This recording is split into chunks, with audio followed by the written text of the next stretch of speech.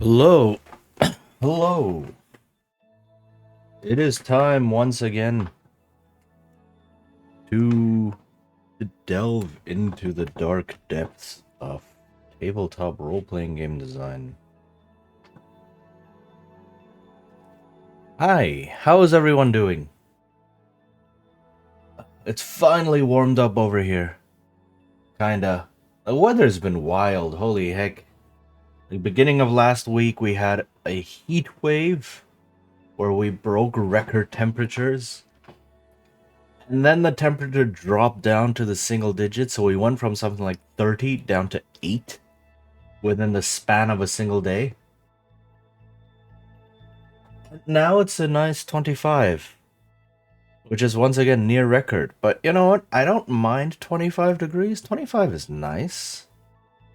It's like just this side of shorts and t-shirt weather. Warm, but not overly like sweat inducing, especially considering that Taiwan is very humid. Yeah, I like it. Um, for the record, I do have to keep an ear out while streaming because I do have a delivery that is expected to arrive today. So I have to see or listen if anyone is trying to deliver a package. Maybe while stream is on. In which case I'll have to dash out real quick. Um, and but other than that, yeah, nothing special going on. Yeah.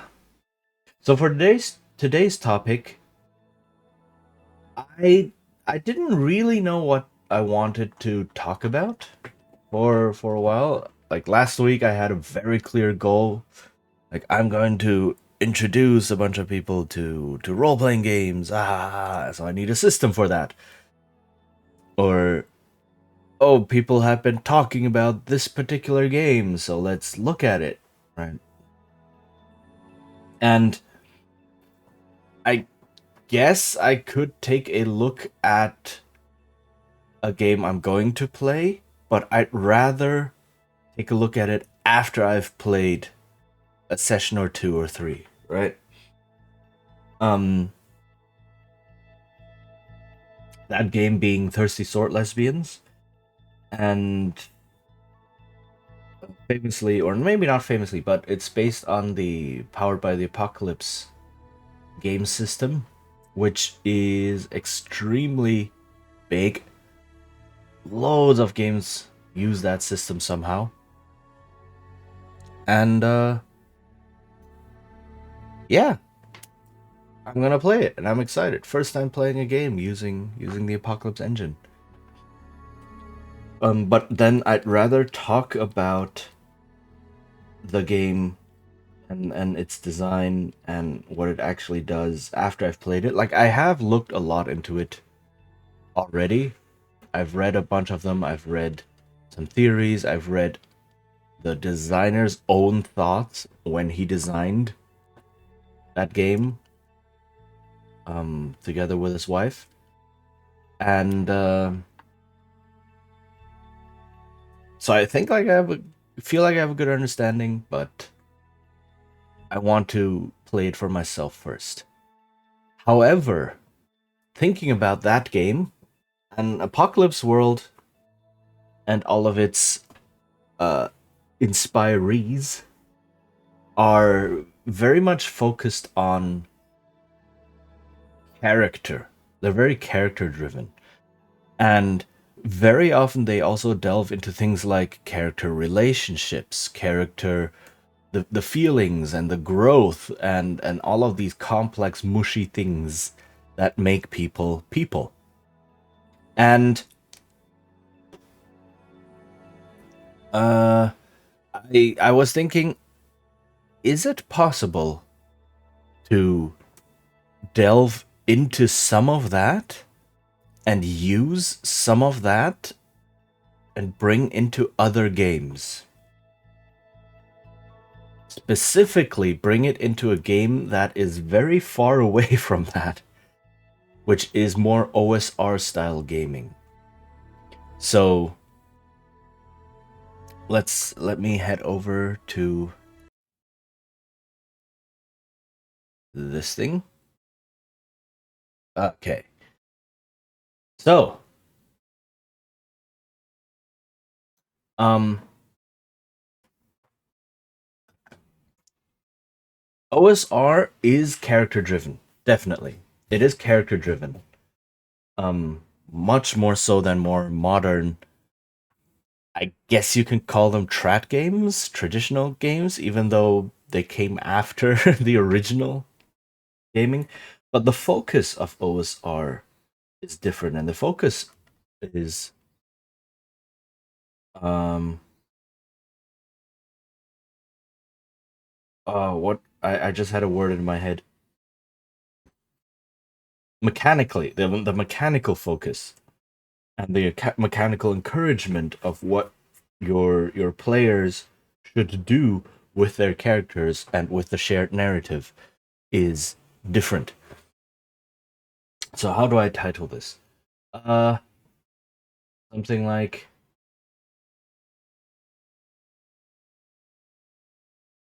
bringing uh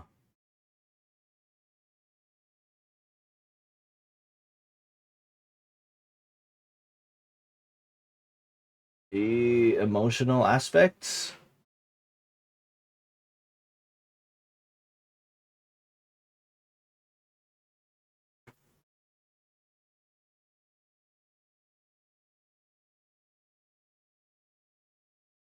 into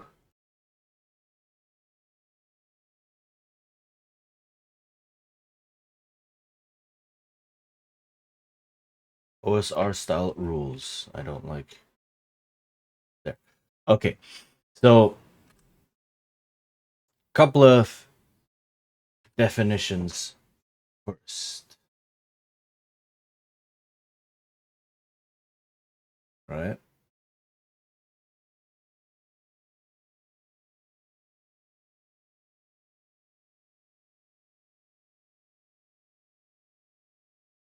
Um, so I've already mentioned this, but what do I mean with emotional aspects? And this is no term I can think of right now is going to be complete in its coverage of what I mean. But I mean things like um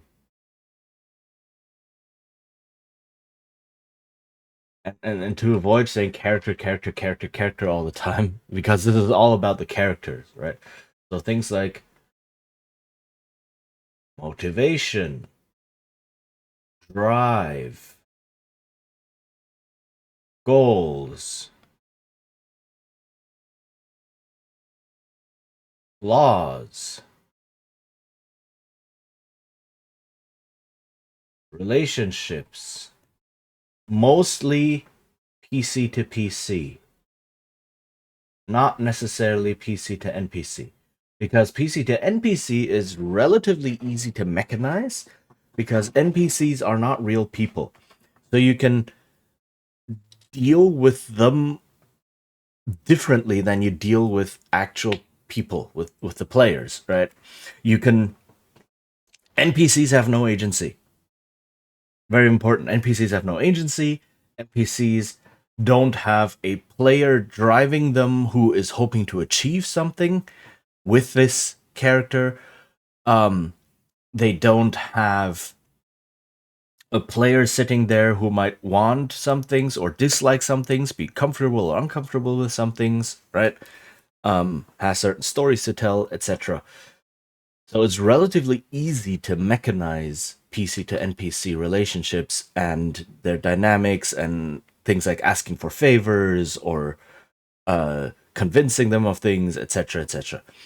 PC to PC relationships are a whole nother bag because each one of them has a player sitting behind the PC, and this player has their own feelings about what is going on, right?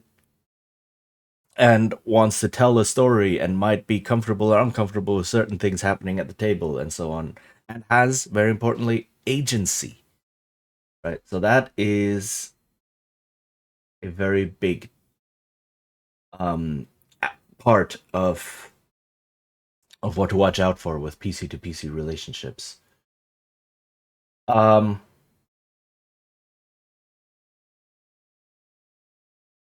how do I phrase it? Story arcs,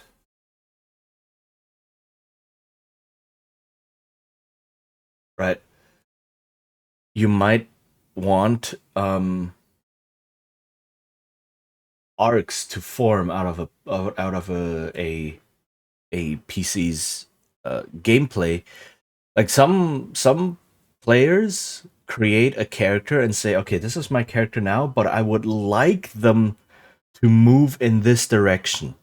And not necessarily in the sense of a character build, like a mechanical character build, but in a story sense, in a narrative sense of, oh, I would like them to explore their own flaws, or they are looking for a missing family member. I would like them to go search for that family member, or they want to avenge their hometown. So I would like to explore this story, right, through their hometown, or they have a rival, or they have treasure they want to find, specific treasure, or I don't know, they want to undo a mistake, they want to atone for something.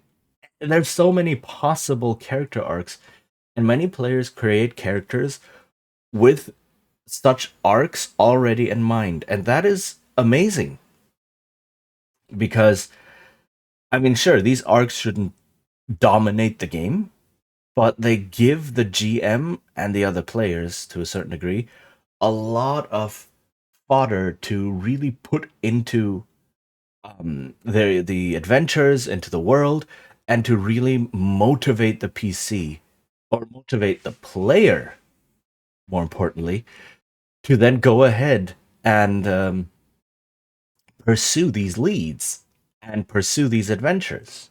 Right?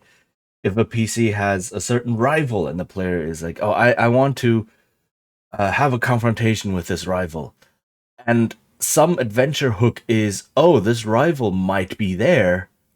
Some person mentioned this name and that rival is involved, and the player can go, "Okay, my PC is definitely going for that."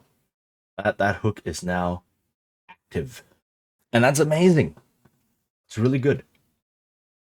And as part of story arcs, growth, and again, not just mechanical growth, but like character growth, right? Narrative growth, that kind of thing. Um, Motivation, drive, goals, flaws, relationships, story arcs, growth,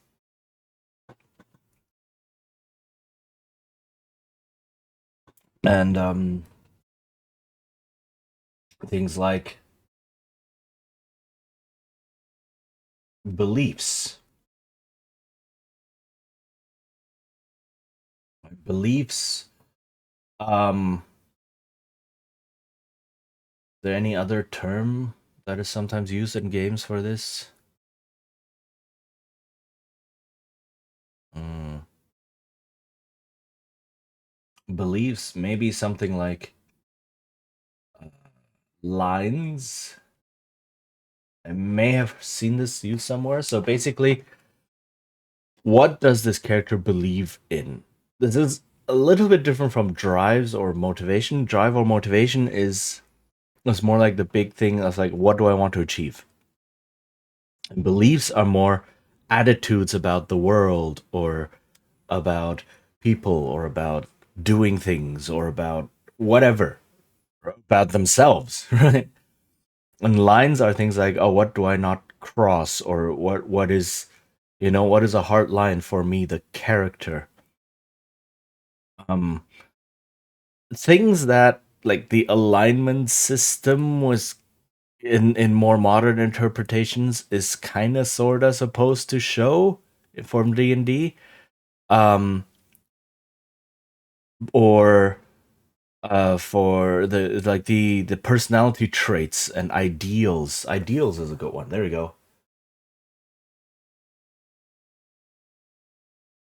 Right. Beliefs, lines, ideals, and so on. Um right. What does your character hold dear, or what will they protect, or what kind of actions will they pursue uh because they believe in them? And these are all these more intangible emotional aspects that several games have or play on. Not necessarily all of them at once. This is a lot. Um, but definitely some, right? Again, a lot of Powered by the Apocalypse games play on a lot of these things. Thirsty Sword Lesbians, for instance, is very big on relationships. Very big on PC to PC relationships. There is an entire mechanic devoted to that. Um, and then all the character archetypes have things with their flaws and their story arcs and beliefs. They're all in there in how these archetypes are phrased. So this is the emotional aspects part. What is OSR? Let me put that over here.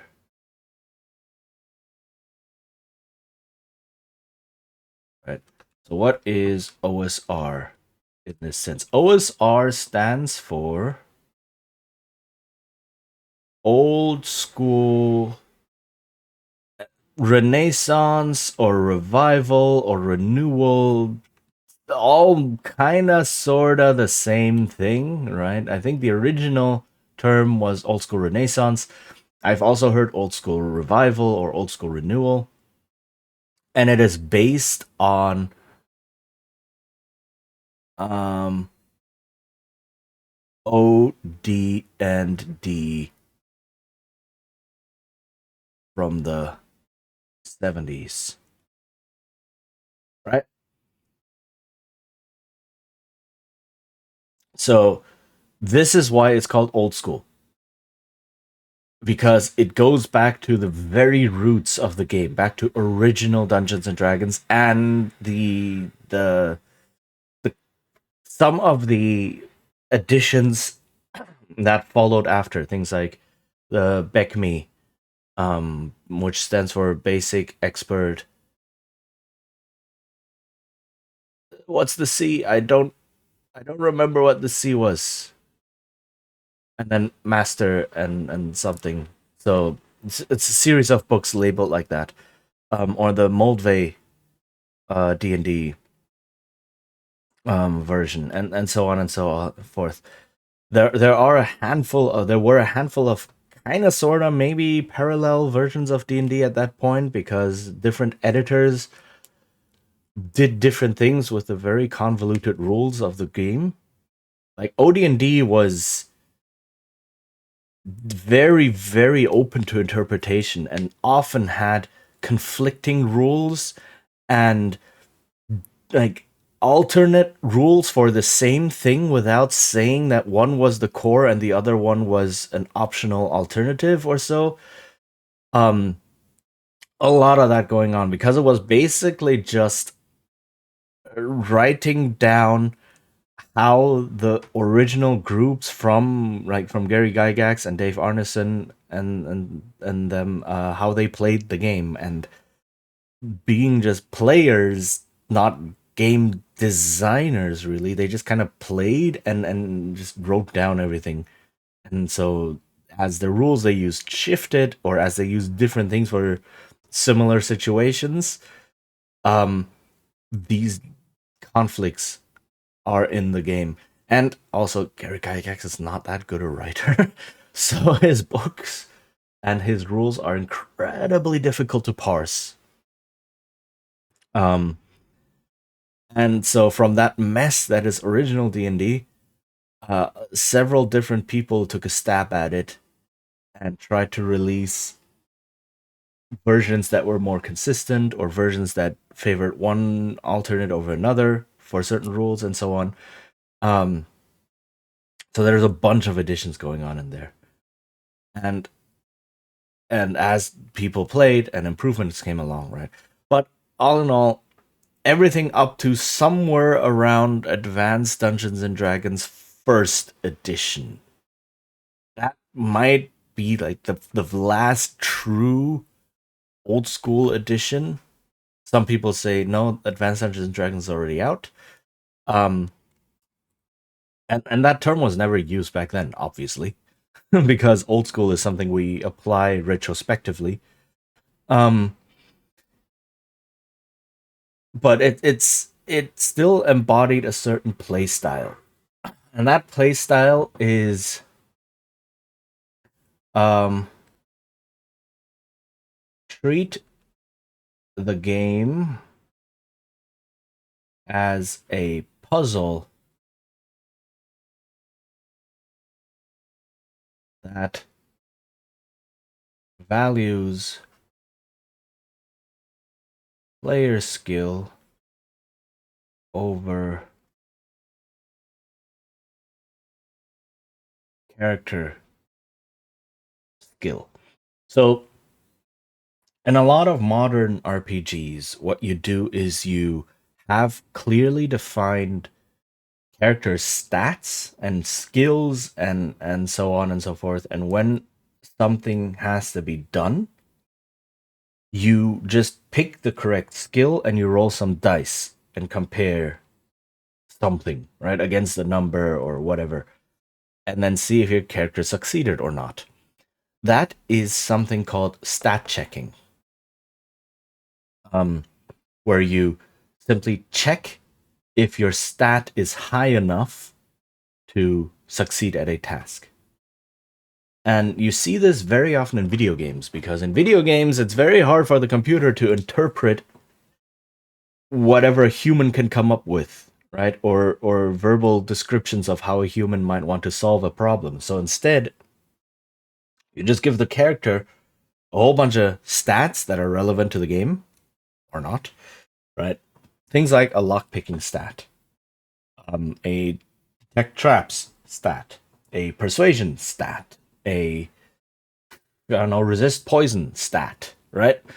And then whenever you encounter these situations, all you do is you just randomize, you roll dice or whatever you do, check your stat against the difficulty, and then you either succeed or fail.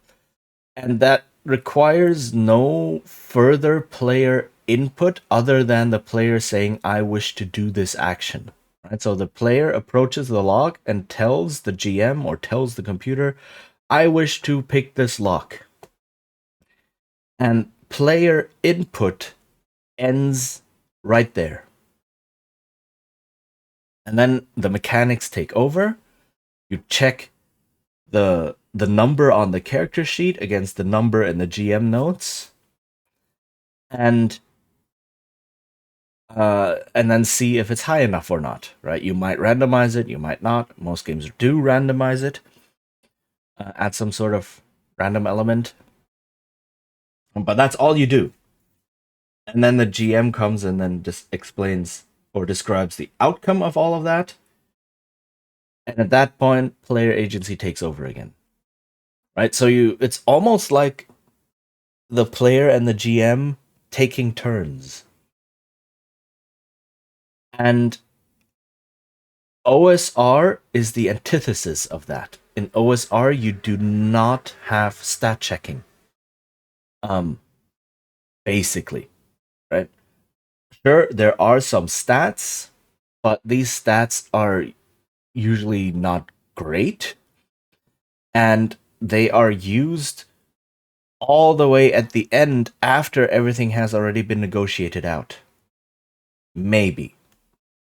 So a player could negate having to check a stat, or avoid, is a better word, having to check a stat by being clever.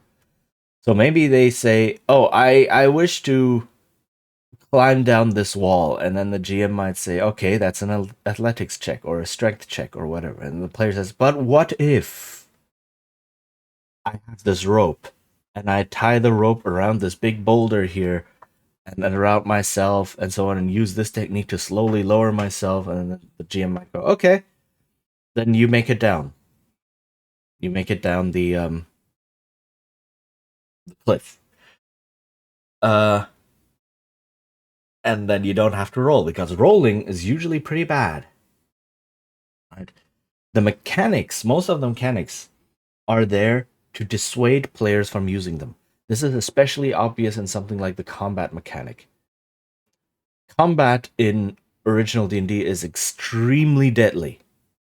Right? It's extremely deadly.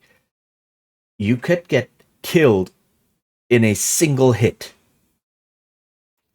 Right? A player character might only have 2 or 3 hit points, maybe 5 hit points or so.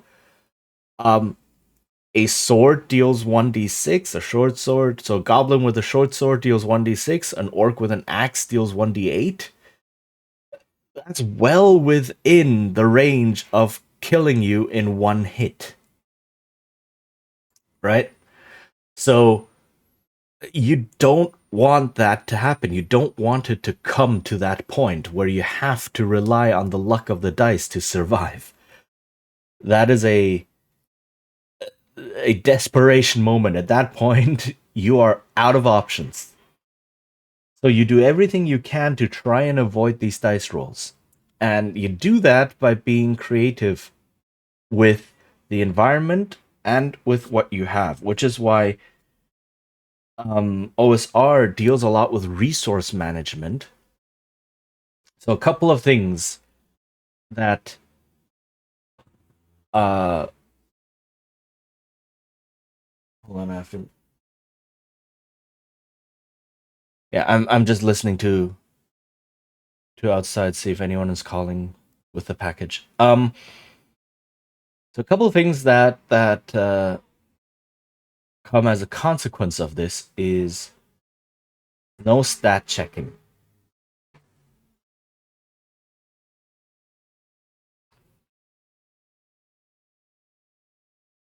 Right? Or almost no stat checking, or you don't want to do the stat checking. And players can avoid rolls by being, hold on, clever with their approach. Oh my goodness, I'm running out of space. With the environment and with their equipment. And this has other consequences of how this game is played and what the rules do. Because you need to be clever with the environment, the players need to know what's in their environment. So there's like no perception checks. Perception checks or lore checks. They just weren't a thing, because if so, essentially what the perception check would do in this instance,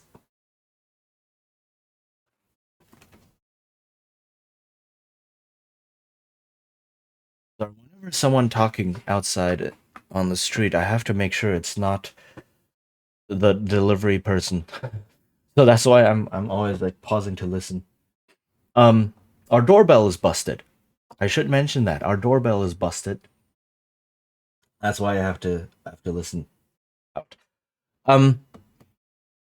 Okay, so essentially, what a perception check would do in this instance is it would put the stat check at the beginning of player creativity instead of at the end of the player creativity phase, really.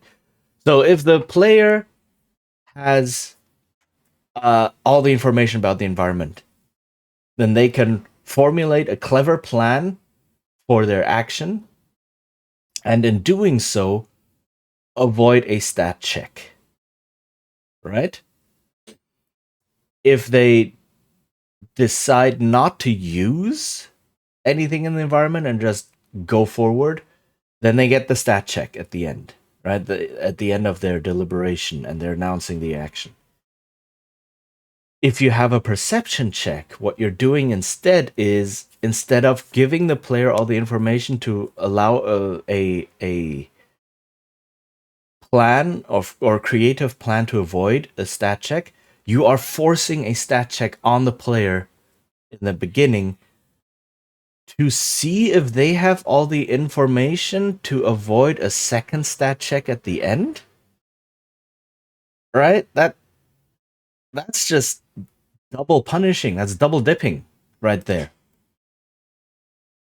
Right? Because if the player character, or if the character fails the perception check, then they don't have all the information about what they can use in their environment. Then they cannot use this environment for a clever plan, and then they will have to stat check their way out of this obstacle again. That's all because of random chance in the beginning. Right? That's not what this is supposed to do. That's not what this game is supposed to do. Right? So, and same with like lore checks and search checks and blah and all that. And very often these checks just outright negate player agency and player creativity from the get-go. It's like, oh, there is a chest in this room, and then the player wants to find out if it's trapped. What do you do? Well, you try a lot of different things. You pour water around it, see if there's a pressure plate. You lift the lid slightly, see if there's like a wire attached to anything. You knock on the walls, see if there's any hollow thing or if any of the walls sound weird. Or so you poke it with your stick, etc., etc., etc. All of these things that you can do, right? And that is treating the game as a puzzle. And then you lift the lid slightly and see, oh, okay, I see this wire. So I assume if I pull more, then this wire will activate some mechanism that will trigger a trap. So I cut the wire, and then I can lift the lid and get my treasure. How would a modern game solve this? Search check, disable disarm check, or disable traps check, done. So you just do 2 stat checks, and then the player just sits there and either gets the treasure or doesn't get the treasure. That's the difference between treating the game as a puzzle and stat checking. I'm not saying one of them is better than the other, right? People enjoy different things. And sometimes, for instance, in a video game, you can only do the stat check unless your entire game is written in some sort of narrative format with like dialogue choices in the story, right? Like in that sense. But then that's a very different game. Which these are as well. So that is what I mean with no stat checking. So players have to be clever, using their approach, using their environment, so no things like perception checks, and their equipment. And from that we get equipment is super important.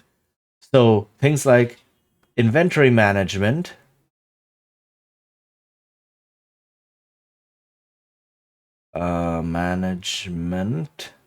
inventory or resource, more generally, management is super important.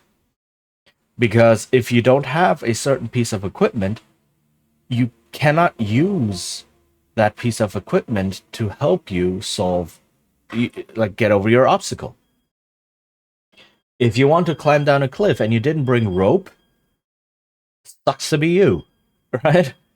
If you want to go into a dungeon and you didn't bring a torch, sucks to be you. If you want to check around corners with a mirror if there are any monsters waiting and you didn't bring a mirror, guess what?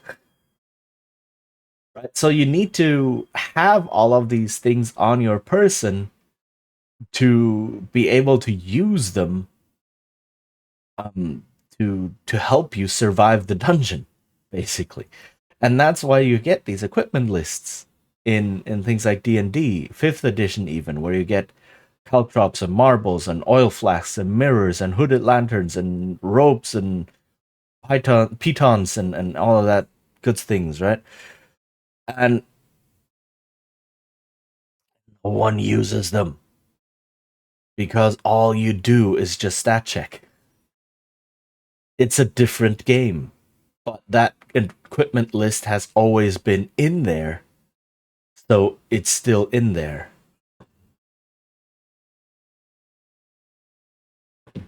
And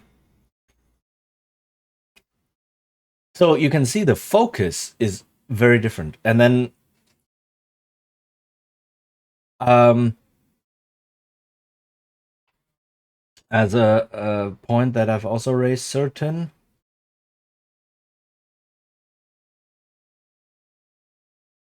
mechanics, e.g. combat,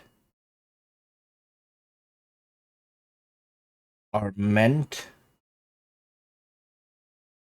to be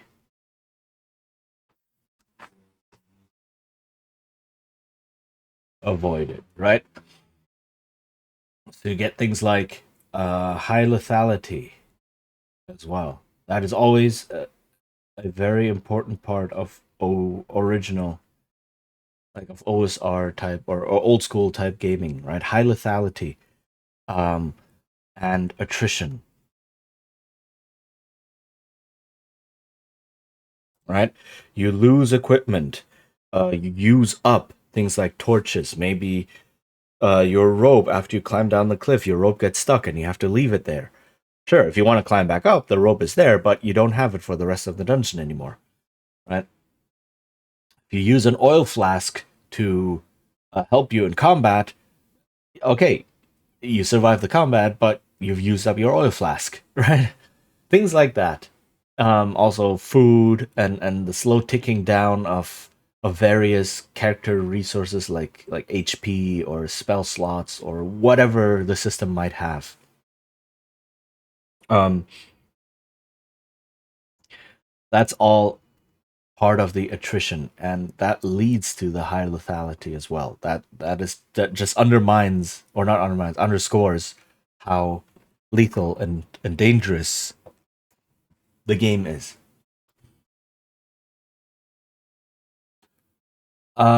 Another part of OSR gaming that also existed there, which is not always said to be part of OSR gaming. Like if you read, there are things like a primer to old school gaming, which is a free document floating around online.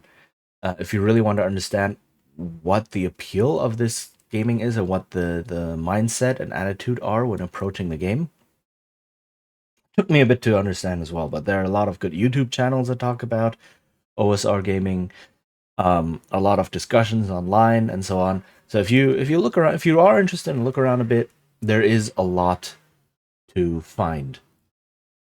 And another thing uh, that is often part of OSR gaming, but isn't always put into checklists of, oh, this is what makes gaming OSR type, is um, mechanical structures for for uh, for how do I phrase this? For complex activities. Let me put it this way. So what do I mean by that? Um, you have something like a combat system. And a combat system is an extremely detailed compared to like the basic just roll a die and check or just don't roll dice at all and just talk, right? Um, extremely detailed structure for a particular complex activity, fighting, right?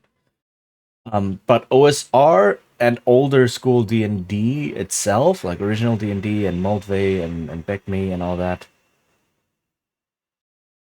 So much noise outside. Sorry, there's construction going on. Um,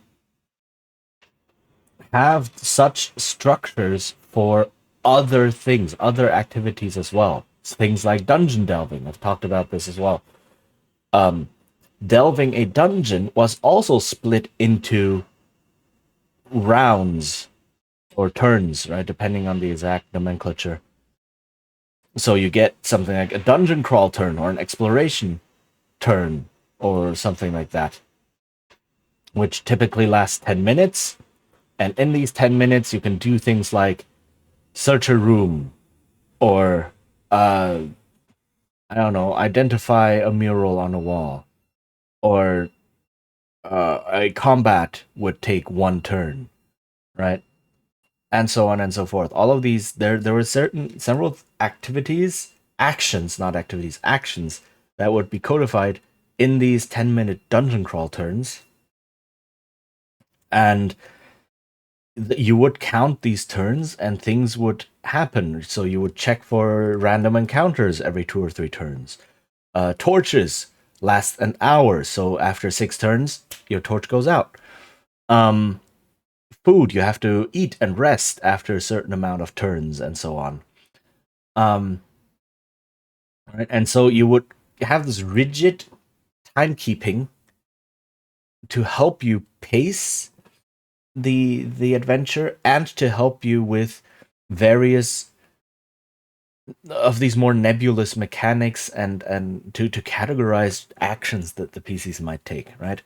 A conversation with an NPC they find in a dungeon is also one turn, and so on and so forth. And in a turn, you can move this and that much through the dungeon. So the GM knows exactly how long it will take them to get from point to point in game time, right?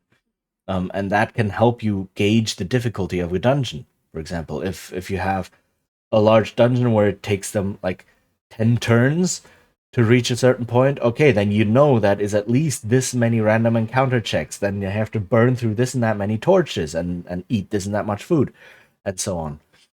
Whereas if it only takes 3 turns to get from this place to another place in the dungeon, okay, then it's much safer to do so.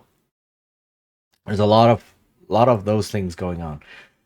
And also larger scale, wilderness exploration and wilderness travel. I've also talked about this. Hex crawling. It's also split up into turns. Typically turns of called watches, either 4 or 6 hours. You know, those are 4 hours, 6 hours, or half a day, right? Those are the typical splits that you see. And then you say, okay, in one watch, you can travel this far. And that means after so and so many watches, you have to rest because you've been traveling for the day. And you need to consume this and that much food. And then weather changes happen every so often. Random encounters happen every so often, etc., etc. So same thing, you have these mechanical structures for these more complex activities, which is also you see that a lot in OSR. It's not often mentioned as being part of it, but that is definitely a large thing because the core system is so simple, right? You have these structures to help the GM adjudicate these complex, longer form activities that are likely to happen at the table, right? Player characters are likely to travel from a town to a dungeon or search for a dungeon, go into the dungeon to crawl around in there, encounter monsters that they then fight, and then continue crawling and then come back out and travel back to town. Right? So all of these things are part of the game, so you can have structures for them. Okay, so this is OSR. And how do you combine this? How do you combine this? So OSR doesn't really have rules for any of this emotional stuff, and games with emotional aspects are much more focused on overarching narratives and such rather than dungeon crawling. It can work. It can work. So,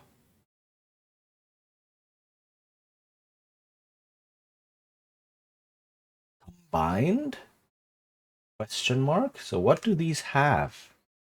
Let me put that in green. So what how can we combine this? Right?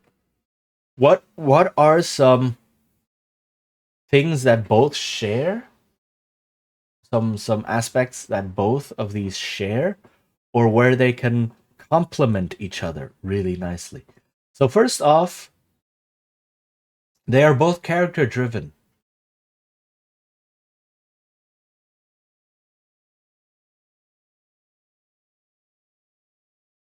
They're both character driven.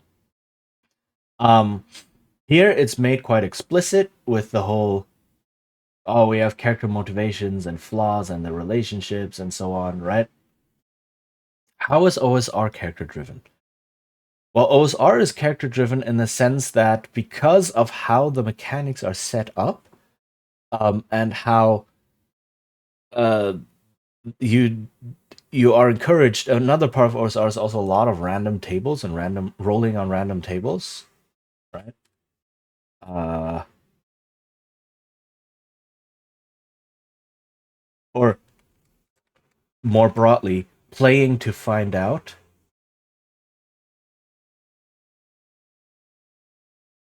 That is also something, right? You don't plan a big epic story. You can't plan a big epic story with characters who are likely to die halfway into the dungeon, right? That's just you could, but then a lot of your epic story threads are going to be left hanging or have to be contrived around and such, right?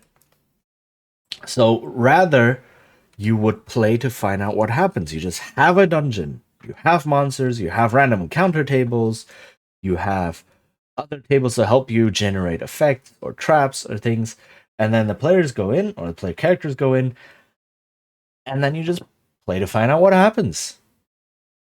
And because this type of gaming gives the players a lot of agency, they are bound to surprise the dungeon master and surprise whatever story they may have envisioned, right? Because you are meant to solve the puzzles in clever and interesting ways that the GM doesn't necessarily have to have prepared. Like the GM doesn't have to prepare a solution, right? They just have to prepare the obstacle. So give strange obstacles or problems that require creative solutions. For example, one of these is the octopus example that floats around here and there. There is a tiny octopus in your stomach that is starting to bite you. How do you deal with this? There is no stat that you can roll, right? There is nothing telling you what will happen. The only thing the GM says is, okay, every minute you will take 1 damage. What do you do? And now you have to start looking for creative solutions. And the solution can be anything, right? I'll leave it to you to think about this a bit, right? You have a tiny octopus in your stomach, and it's starting to bite you from the inside. What do you do? How do you get it out? How do you make it stop biting you? How do you not die from it trying to eat its way out? Right? Um, Many different ways. Okay, so and that is what makes it character driven because then the characters are doing interesting stuff, and that pushes the story into interesting new directions. So they're both character driven, right? Um, and what else could there be? Well, things like characters need strong motivations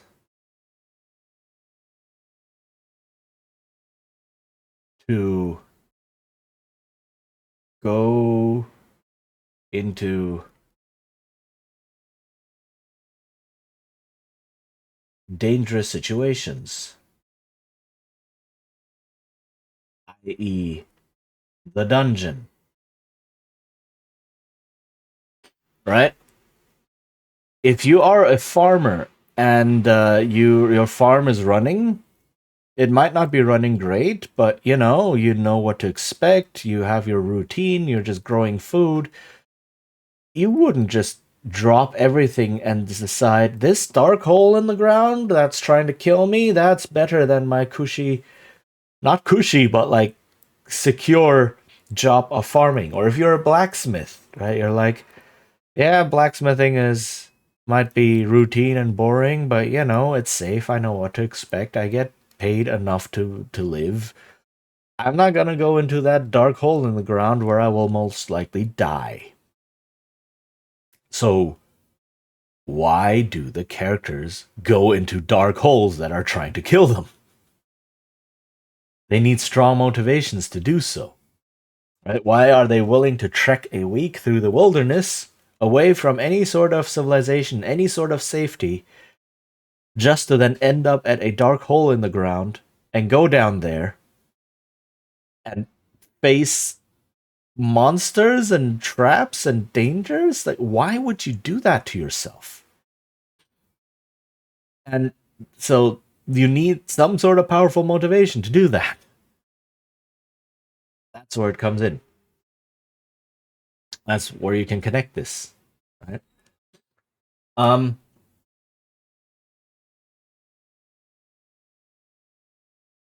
and then what else? Not just traveling. Let's go with adventuring together.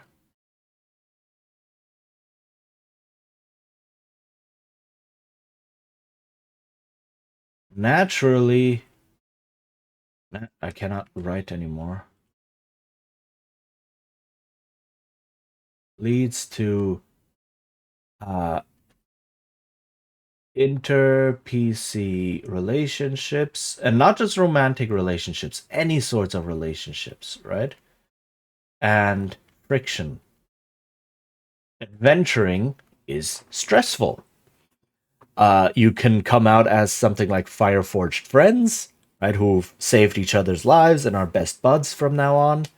Or people are all stressed and tired and hungry and wet, and their boots are all soggy and full of mud and spiders and crap, and then it's like, oh, I have to sleep in a tent with that dude again this night. When are we gonna be back home? When can I take a bath and grab a nice meal, right? And it can create a lot of friction between people who are put into stressful situations like that together, and that is ripe for relationships. And if you have PC flaws in there, that can really come out to shine as well. Um, and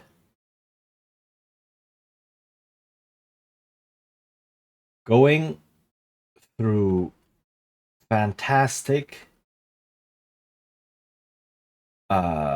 challenges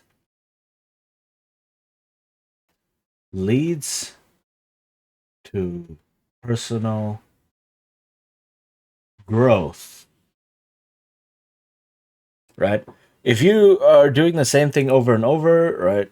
Sure, you will get better at your skill. You will learn things. If you talk to others in your field and such, or get reviews or comments from people, sure, you can grow. But going through really fantastic challenges, oh no, I survived an octopus eating its way out of my stomach. That is going to lead to some fantastic personal growth. Right? So that is a great opportunity to include something like that. Um, and then no loads of stats to check. So you can focus very much on the emotional aspects without also overloading the players with large skill lists and other stats and all of those things. You can keep that part simple and focus on this emotional gameplay aspect. All right, the ad is going to start soon. I will take this moment to. I forgot to bring my water bottle. I will grab that, go to the bathroom, etc., etc. I will, take this chance to go stretch and take a break. In enduring, We'll be right back. strong.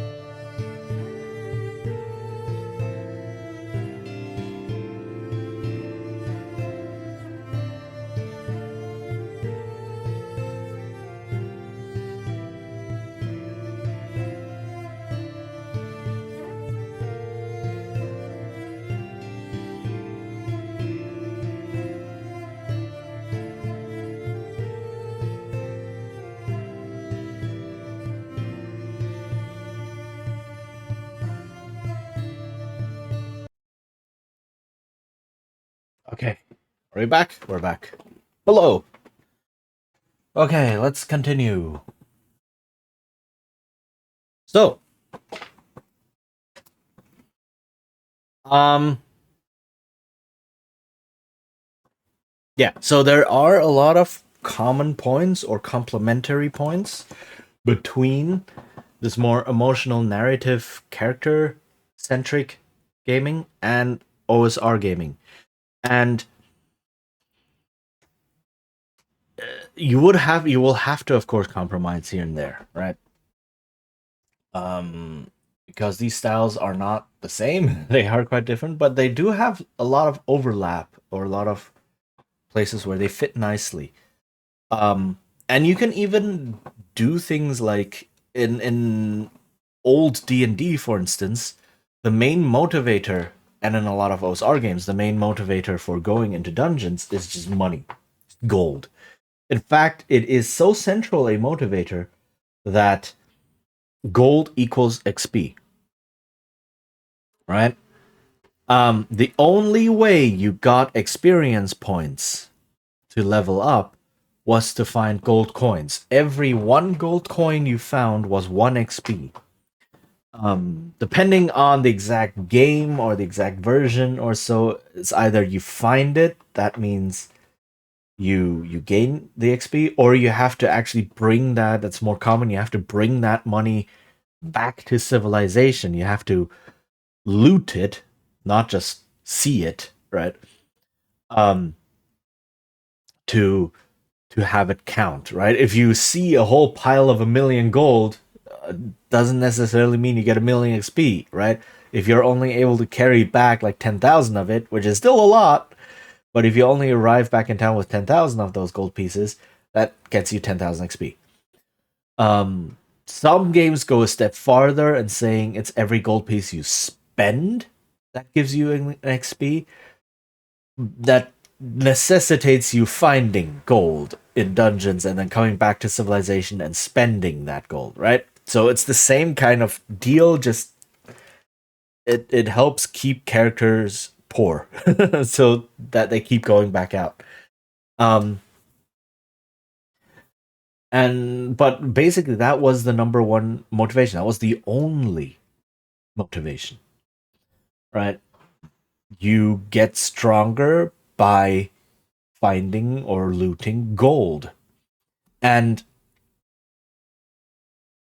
that leads to a lot of nice side effects. Like, if you have a monster standing between you and a pile of gold, how you deal with the monster doesn't matter because you get no experience either way for just getting past the monster. The only experience you get is then grabbing that gold, right?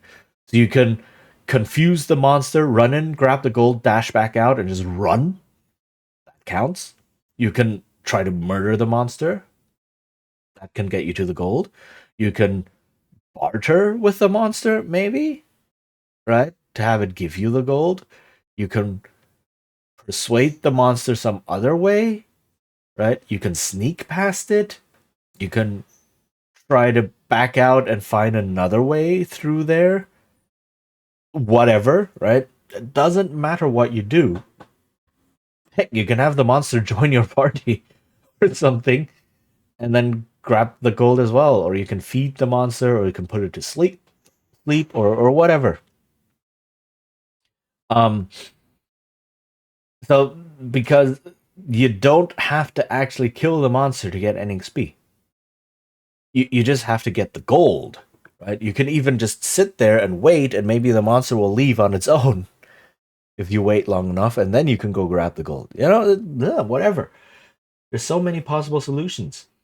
And by decoupling XP from monster slaying, players don't specifically seek out to slay monsters. They seek out to grab gold. And that's a nice motivation, and it does a lot of nice things, unlike today where like somewhere in second edition or so, XP was now tied to monster slaying, which changes the entire dynamic of the game because all of a sudden players want to go out and just murder everything they see because it gives you XP.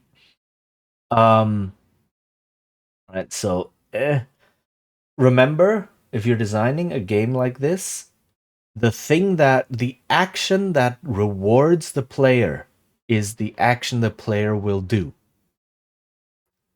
Right? And the more direct the reward, the more obvious or the more obvious the action and the reward are linked, the more closely or the more directly the player will perform that action. So if you kill a monster and you immediately get some XP, and maybe even some gold and such, the player will run around and grind monsters. Right? If instead passing skill checks gives you XP. The player will try to do as many skill checks as possible, and they might try to break the game to do as many skill checks as possible. You will see that in some of the Elder Scrolls games, for example, where in Oblivion or so, the way the persuasion game works is for every time you try the persuasion minigame, you get some XP toward persuasion and such. And it's not exactly how the system works, but close enough. So what players would do is they would constantly keep an equilibrium for persuasion. So they would succeed at a persuasion check and then fail the next one, then succeed and fail, succeed, fail, succeed, fail, succeed, fail, and so on. Because this way, the NPC they are talking to will never have a high enough disposition that you can no longer try to persuade them, right? You have a certain disposition maximum that you can hit. And it will never get low enough for them to become hostile or stop talking to you. So if you just keep them there by succeeding and failing persuasion checks all the time, right? And then you do that for 3 hours, you max out persuasion. Is that how the game was intended to be played? Probably not. Is that the playstyle that the game encourages with its reward system? Absolutely. Right? So or in Skyrim where you find some person who just stands there permanently and then you go into a corner behind them and just sneak auto walk into a wall and then leave your PC running for 3 hours and then you've maxed out stealth. Same idea, right? Or lock picking, where every time you attempt to pick a lock, you get XP for it. Okay, so I will fail lock picking 3,000 times, and then I will have maxed out my lock picking skill. Is that how the game was supposed to be played, right? If you don't want the game to be played this way, don't reward playing the game this way. If you don't want the players to go out and murder everything they see, don't give them XP whenever they do so. Don't reward them for doing so. Right? That's placing the carrot at the wrong portion of your game. So yeah, so that's a point, and a side note on rewarding actions, on how to tie reward systems into your game and what kind of gameplay they might encourage, right? Think about that, or maybe even test that, very importantly. Now gold as a motivator to go into dungeons is easy and simple and fast, and if you don't really care much about the game beyond that, not the game, if you don't care much beyond characterization beyond that, it can work, but it excludes a lot of possible stories, and it's a relatively weak motivation that can't withstand any sort of narrative scrutiny, right? So instead, if you then include emotionally driven, right, narrative and real character motivations to go into dungeons, that can be very powerful. And heck, maybe those motivations might change over time through character growth and so on. Then that's amazing. Do that. Okay. Yeah, and we talked about adventuring together leads to PC relationships and friction, which can tie into flaws. And here, this is more difficult because here you need to. This is where a reward system would come in, right? You need to reward players for introducing friction into the game, for making the game more challenging. Right? So it's like a difficulty slider on a game. Some games do this where if you turn up the difficulty of the game, enemies give more XP or give more treasure or something, right? Some games do that, and that is to motivate you, or to reward you for making the game more challenging on yourself. Not all games do that, and for some games, the difficulty slider is really just we cannot account for the breadth of players' skill of everyone who might want to play this game. So we are just offering you a way to tune the gameplay experience to what fits you, where you find the game challenging, not too boring, not too frustrating, but just the right level of challenge. And some games also do this as a bragging rights kind of deal. It's like, oh, I played the game and very hard, ha ha ha. Which no, don't. Just sure, okay, player, you have skill at the game, awesome, but then don't do that to look down on people who don't have the skill in the game. It's that just makes you a jerk. Um, but it helps if you reward players for making the game more challenging on themselves, right? The more XP for higher difficulty. And so this is where you need a hello? Rita, thank you. Right. So at this point you need some sort of reward system. Right? There are many different games that do this, introduce things like character flaws or character friction or anything like bonds, like ties that they have to the world or beliefs that they cannot shake and so on. And there's a lot of ways games deal with rewarding players for playing their character like this or for uh, pushing the narrative into a situation that's disadvantageous for the character, but makes for more interesting stories, right? More engaging stories potentially. And so there's basically you can shop around and look at what you want. Um, all right, and then going through fantastic challenges leads to personal growth. Now, there are two general types of growth. Uh, Horizontal versus vertical. And what I am looking for here is more horizontal than vertical. So what do I mean by horizontal and vertical growth? These are also terms um, that you see in lots of character advancement. So you have character advancement,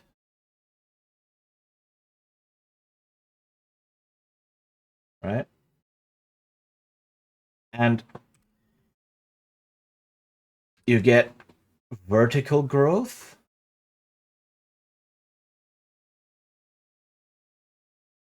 and you get horizontal. No game really only has one of these necessarily. Although you do see a lot of games that only have vertical growth with basically no horizontal growth. Um, but most games fall somewhere in the middle, right? Some vertical, some horizontal. So what do I mean by this? Vertical growth is just number go up. That's basically it. You have a certain amount of character stats, and when you level up, or when you put points into them, or however the system for advancement works, number go up. Right? So I deal 5 damage per attack, I level up. Now I deal 6 damage per attack. Yay! Or I had 10 HP, I level up. Now I have 15 HP. Yay! Right? I have a 1% crit chance, I level up. Now I have 1.5% crit chance. Yay! Right? There's a lot of these. Um, And depending on the stats that your character has, any of those could have their number go up. And that is vertical growth. Horizontal growth is more approaches, abilities, or tools, right? It can be as simple as something like getting a new gun in a shooter game, right? You only start out with a basic pistol and a basic rifle or something, and then you get a different kind of gun. That is horizontal growth because now you have a different tool to approach the main obstacle of the game with, which is shooting people, right? It sounds so horrible when I say it. It is kind of horrible, actually. But it can be as simple as something like that, or a lot of Metroidvanias, right? Exploratory platformers use this a lot, where you go places, discover new abilities, something like a double jump, or a dash, or a grappling hook, or whatever, right? Depending on the precise game. Um, and that allows you to approach the entire platforming and the boss fights or other things, exploring, etc., in completely different ways, depending on what tools you have. Um, and that is horizontal growth. Like I said, many games have a combination of these. So D&D, for instance, has a combination of these. When you level up, sure, you have numbers that go up. Your HP goes up. Sometimes your stats go up every couple levels, right? Every couple levels, your proficiency bonus goes up, so you get higher bonuses on all of your checks, um, right? Things like that, or even for depending on the class, things like this ability now deals more damage, or you can attack twice instead of once, right? And so on. Um, all of these are number go up types of improvements. But then on the other hand, you also get things like, oh, you now have this special ability, you now have this class ability, or any class that does anything with spellcasting. Spellcasting is a prime example of horizontal growth. Suddenly you are given more tools to deal with things. Sometimes too many, right? Sometimes tools that make the life of the GM more difficult, like what if my players can teleport or can phase through walls? That just makes the entire dungeon like they just solve the entire dungeon right away. You know, you hear a lot of that. But that is a an example of horizontal growth, and I I really love horizontal growth because horizontal growth is it makes I believe it makes characters more interesting. It can make them very complex, and how to adjudicate horizontal growth can be a big mess, right? Like, do I have a list of 300 abilities and then players pick one of them when they level up? Is that what we're doing, or do I let them wing it? Do I let them just create new ones on their own and then the table decides if this is appropriate or not? There's a lot of different ways to solve this. Um, but I do enjoy horizontal growth very much. And also, really, if there are not a lot of numbers to begin with, right? Again, not there's not a lot of stats to check, right? There's more things like character relationships, maybe special talents, access to special equipment, right? Um, any those sort of things, magic even, right? Why not? All of those are uh, horizontal growth, and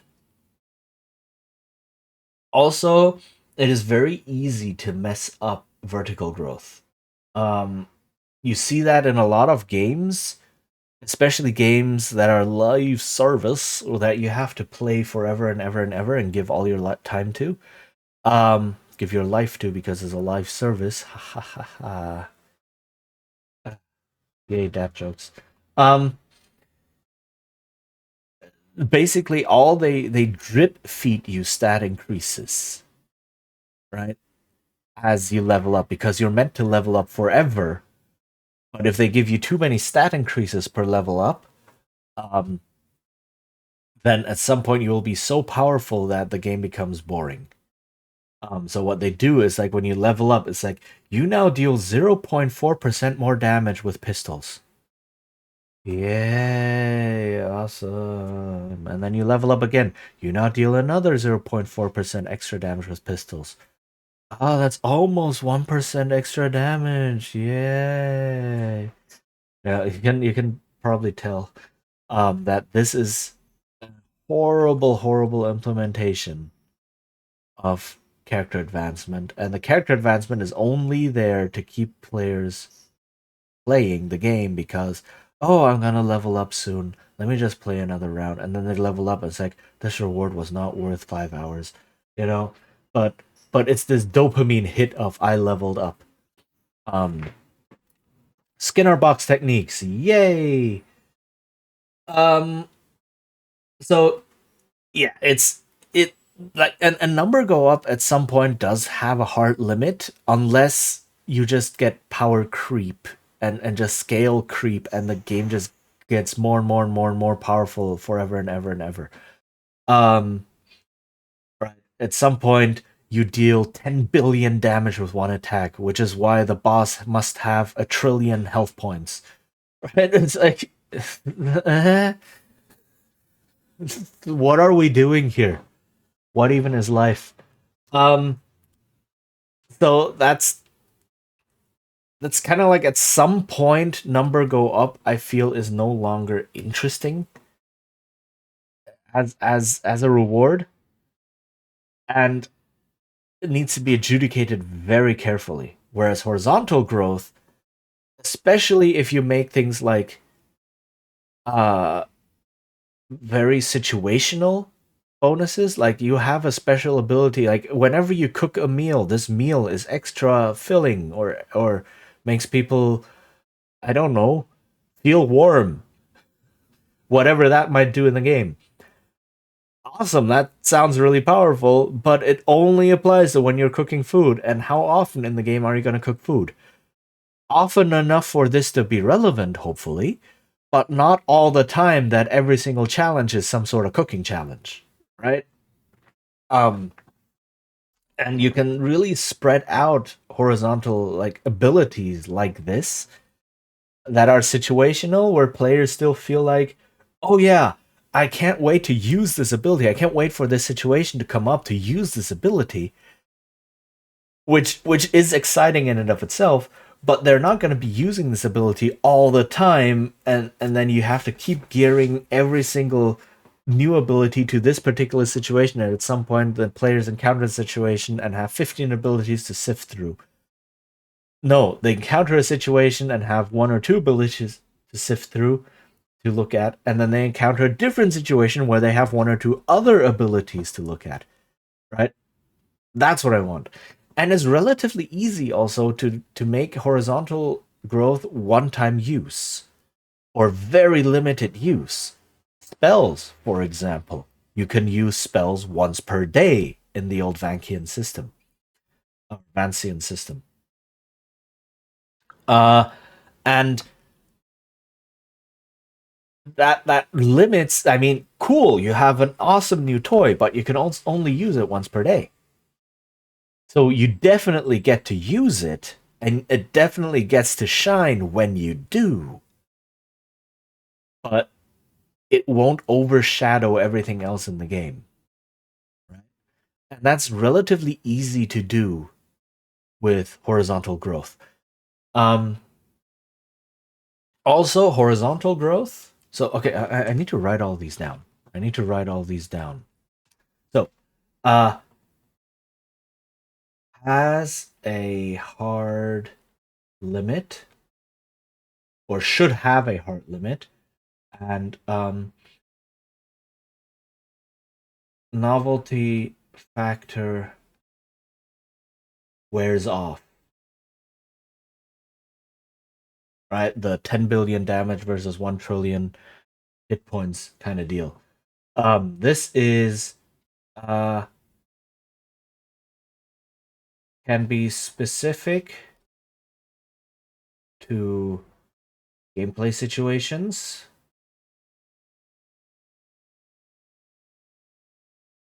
right?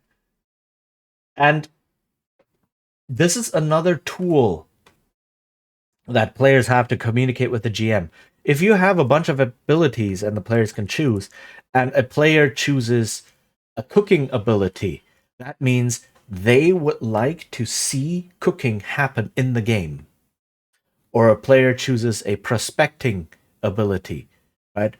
That means they would like prospecting to happen in the game. And then the GM can know, okay, every now and then, every 2 or 3 sessions maybe, I should put in a prospecting part into the environment. And then they encounter that, and then player goes, "Aha! I was born for this," right? And then they can shine, and then they get the spotlight. They get to use their awesome ability. They're happy because their choice paid off, and their character was awesome in that moment. And then you can move on to other things, right? And everyone wins, and that's beautiful. Right? And these abilities, you can tie them. Uh, let me can be tied to personal growth,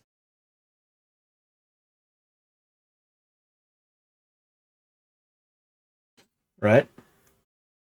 It's much easier to tie gaining a new ability or gaining a new item or gaining a favor or something like that to personal growth or narrative growth of the character than it is to tie a plus 1% crit chance to personal growth. Like how do you how why what do, right? Um Personal or narrative growth. Let's put it like that. Personal or narrative growth. Uh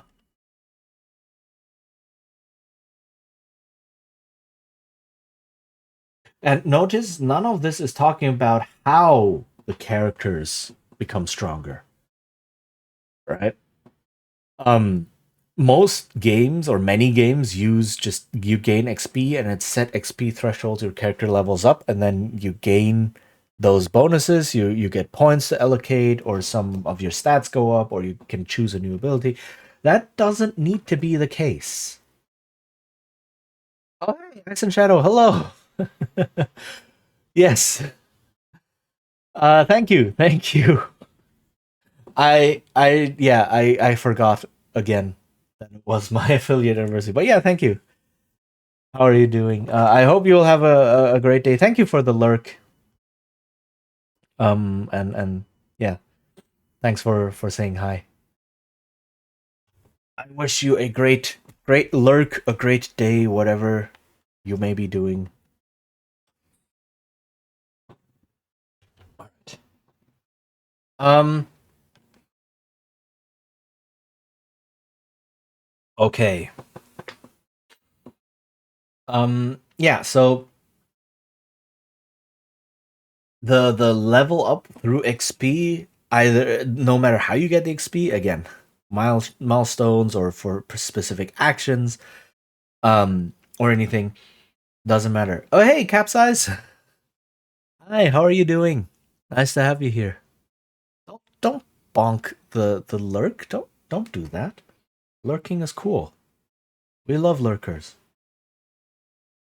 Oh my goodness. Thank you for the bits. Oh goodness. Thank you, thank you. Wow. Uh yeah, very much appreciated. Thanks. I don't really know what to say. But yeah, thank you so much. I really do hope you enjoy your lurk. And yeah, having my stream in the background, maybe. Not bonking lurker. Okay, good, good. Are you lurking? Is that what that's trying to say? Because if you are also lurking, then have a good lurk. Enjoy your lurk. If not, then emoji interpretation time, I guess. But yeah, hi. Nice of you to come by.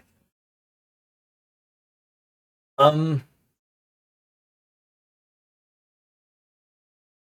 Advancement systems. But yeah, notice none of this has to do with any specific way of how characters gain more power. Right? That's a completely different issue, completely different mechanic or system.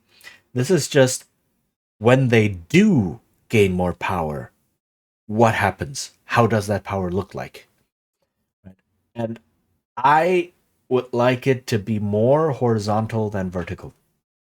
Depending on the game system, eventually some verticality might be good here and there. Um, a lot of Powered by the Apocalypse games or Blades in the Dark type games, Forge in the Dark, I guess, use a similar system of combining some horizontal growth with a lot of some vertical growth, sorry, with a lot of horizontal growth.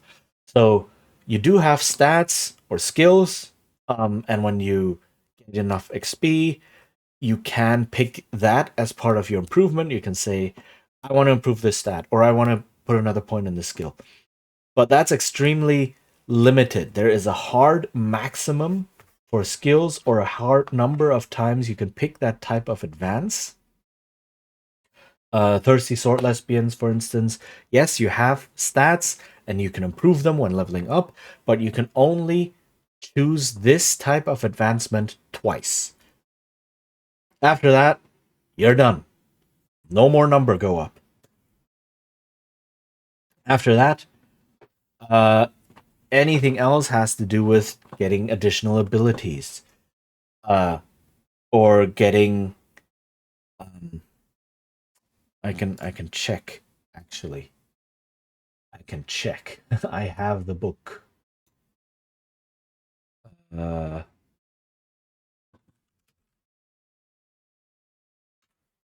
where is it? Thirsty Sword Lesbians. Uh, Experience and advancement. Yeah, take another move. More moves either from your own class playbook or from another one. Add to stats, and then once you're done, at some point, you retire or you switch class completely. Right? You have to pick a new playbook. So the advancement system very much encourages horizontal growth, similar to Blades in the Dark. Right? When you get XP, you can also put that into more character abilities. Or, and this is a system I love, and I wish more games would do that, which is why I'm going to try and include it in this one, which is players can use downtime actions to have their characters gain new abilities that are not in the book. The way Blades in the Dark does this is by doing things like acquiring equipment, forging new connections with NPCs, right? Getting a new contact, researching a spell, communing with a higher power or a lower power, right? Demons essentially, or ghosts and such. Um, so, and these are free. These are basically, there are some procedures on how to generate a new spell, for example, but all in all, it's just, oh, the player announces, I would like to do this. I would like to gain a new contact in this gang. Okay? Then you start a project which has a progress bar or progress clock. And then the player uses downtime actions, makes a couple checks. And then when they succeed, boom, they have the new contact. Or a player might say, I wish to go buy a really good disguise as a nobleman. Okay, again, that is a project that costs a certain amount of time, maybe some money, probably some money. Um, and and then you make a bunch of checks, and then at the end, once you fill that progress bar, you have that disguise, and now it is a tool you can use, or research a spell, or create a minor artifact. Like one of my characters in Blades in the Dark created a an artifact or a minor enchanted item. It's that allows me to project, or not project, but like create a sound somewhere else, a simple sound, right? So I could create the sound of, say, murmurs or footsteps or something breaking across the room or down the hall, right? And so I create an enchanted item that does that, and from that point on, my character had this ability, and I could use that during adventures to try and solve problems in creative ways, right? If I want to distract a guard, I can make a sound of something, footsteps or something that might attract the guard, something breaking or something creaking down the hall. Hopefully the guard will then go and check it out, and then I can sneak behind him, right?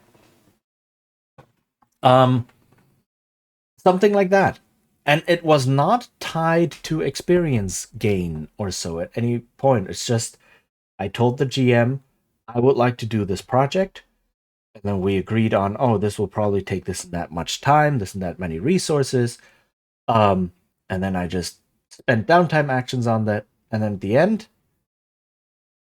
I had my character grow in a certain way.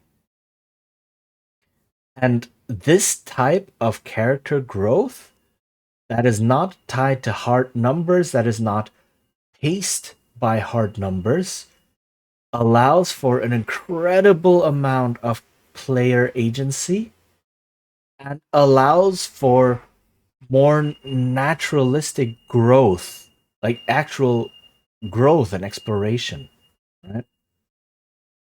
Um, and I love that. I love that so much. And that is also very easy, or horizontal growth is much easier to do with this than vertical growth, because again, at some point vertical growth is like I train. Hooray. I become better at lockpicking or something. Okay, nice. But like, having an enchanted item that produces a sound, that is cool, right? Or anything else, anything else that you can dream up. Talking to a demon to give you special powers, which is something another player in my campaign did. That is cool, right? Or binding a demon so that it serves you. Holy heck, that is cool. And that is not something encoded in XP gain and leveling up. That is something that the player chose to do for their character uh, as part of the story, as part of the growth. So awesome system. Um, but a different system. Again, this is all character advancement, sure, but um, there are many different parts to character advancement, right? How do you gain power? What does this power look like? What does this power affect? Is and anything else that is tied into there. Um, so a lot of possibility. Um,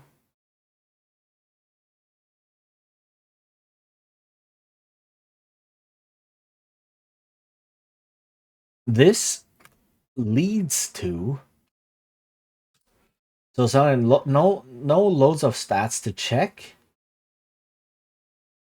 Plus horizontal growth leads to things like character talents, artifacts, uh, connections, and favors. right? More of those intangible things. Status, uh, uh, land and holdings,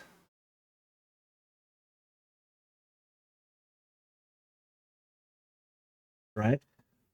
Uh, special knowledge,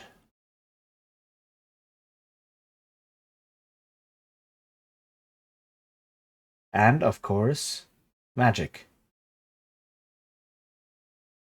So all of these things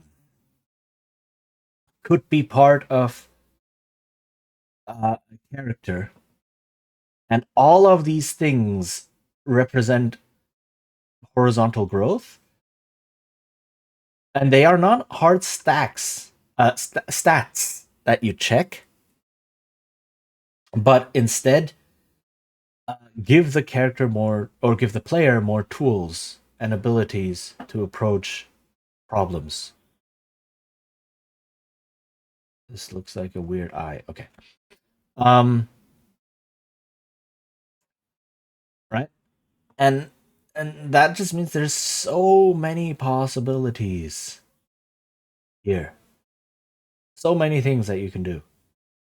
There's probably more that I'm not thinking of right now. Um,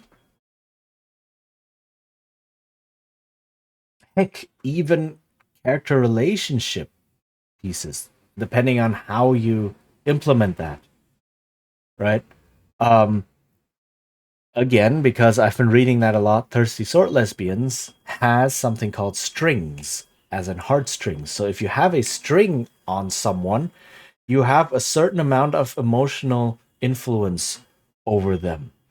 However, that might look, right? Because they trust you, because you know one of their secrets, because uh, whatever, right? They fear you, etc., etc. It could be anything, and then you can spend these strings to get bonuses on more interpersonal actions, or you can have these strings to ask a character to do something, right? So you're asking the player to perform a certain action with their character by spending a string that you have over them. Um, or you can collect these strings and get to know a character really well by collecting a certain amount and so on. So this is a mechanic purely there to make character relationships something that you can use and build, and that becomes an active part of playing. Um, and of course, how you get strings is also defined, right? In the mechanics, it has to be. But again, you could even put like PC relationships into here, right? As a way of growing your character. Um yeah. So this covers all of these points. And yeah, so a more emotional narrative aspect driven game can pair well with something like OSR style gaming to produce a good synthesis. And I think because I've always wanted to get into OSR and to try and maybe craft a game on my own in that vein. But I'm not really an OSR player. There are people who have done this who grew up in the not grew up in the 70s or 80s, but who were around old enough in the 70s and 80s to have played the original Dungeons and Dragons, who may have rediscovered this and been active in the space for years. There are a couple names that spring to mind. One of the biggest names, Ben Milton, who does a lot in the OSR space. Um, and those people are really, really experienced. They've played these games. They've read a lot of them. They've designed some really good ones. There are some really, really good OSR style games out there where I just think, yeah, no, this is good. This might need a bit of tweaking here and there to fit my table, but this is good, right? All I would be doing is, at most, take this piece from this game and this small rule from that game. Is this okay? The siren. I hope it's not coming through. There's a siren outside. Um, and so on, and then play. Right, Ben Milton himself released Knave Second Edition, his own OSR game, and it is good. It does a lot of really, really, really good things that I haven't even thought of. Again, because he is really experienced in OSR, and I am not. What I am experienced in is more on the left side of the screen here. The more emotional, narrative driven, character centric games. In the vein of Fate, in the vein of Blades in the Dark, in the vein of Don't Rest Your Head, right? That kind of game, that kind of play style is something I am more experienced with and that I enjoy. That's why I'm experienced in it, because I've played it so much, right? I enjoy it. Um, so I want to have a game that deals with those things. However, the OSR does many things that I think I would really enjoy as well. Mainly because it does these things in opposition to some things I don't enjoy in games. Basically, right? I don't enjoy stat checking. I don't enjoy horizontal growth. I don't enjoy um, some of the more convoluted things like not even cinematic, but like the big tactical combat. I don't like that. That's not why I personally play role playing games. Um, and I do enjoy things like these mechanical structures, right? Um, because I'm a story person, and stories are structured. But that kind of comes with a deal. So any sort of pacing structures, that's what these really are. Any sort of decision making structures, uh, I am a big fan of them. So having that in there is is just gonna be a bonus, or not gonna be a bonus, but it's gonna make the game more fun for me. Of course, there are some things that you can't put in there. Things like high lethality.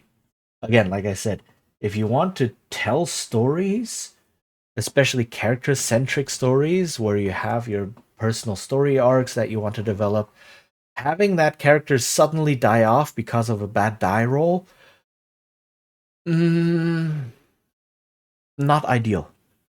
Not ideal for story growth, right? And it also makes players, if characters can just die off at any moment, it makes players less invested in developing big stories and deep backgrounds and characterizations for their characters. It doesn't mean you don't do any of that, but you might just be like, my character was a baker, is now in debt, and is very ornery. Done. And has become a drunkard because of that. Finish. That's all the characterization you have. And sure, sometimes that's all you need. But you could do more. I enjoy doing more. And that's another point. Haha, that's another point to write down. Backgrounds.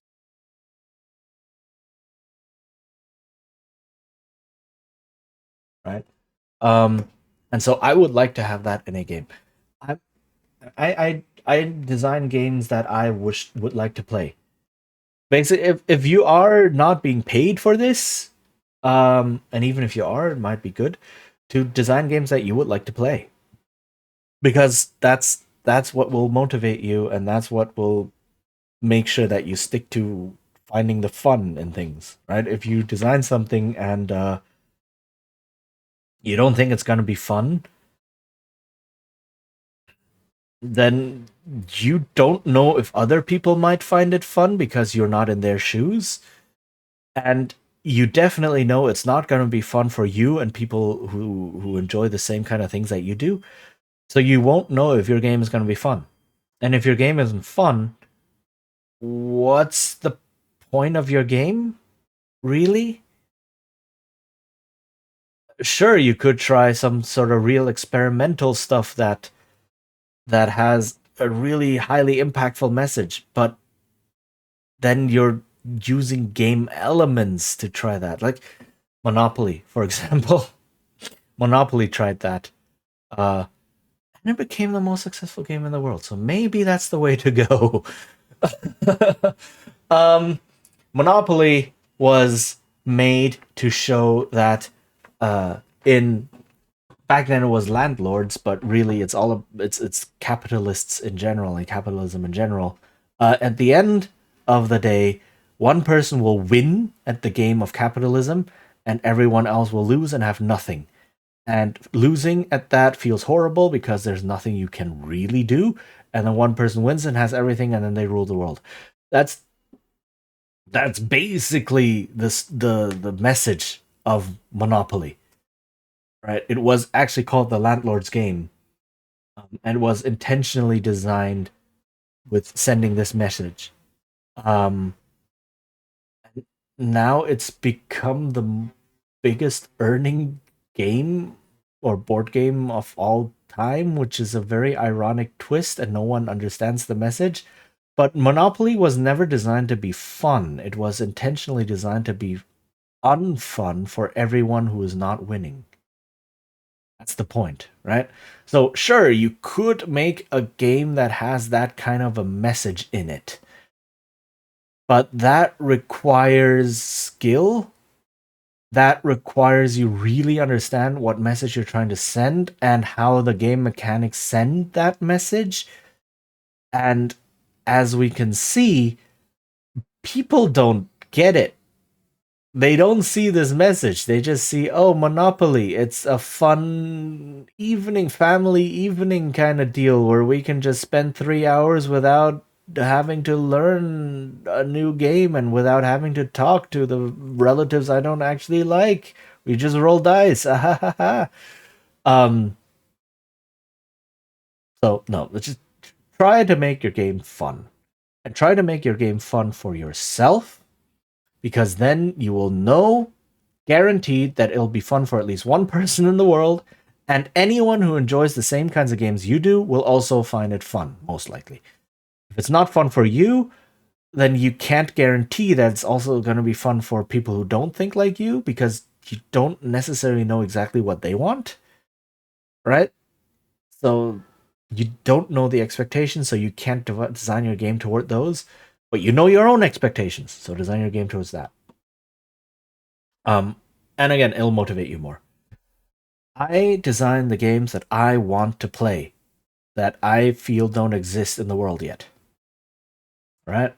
And a lot of art is like that. Artists draw things, paint things that they would like to see.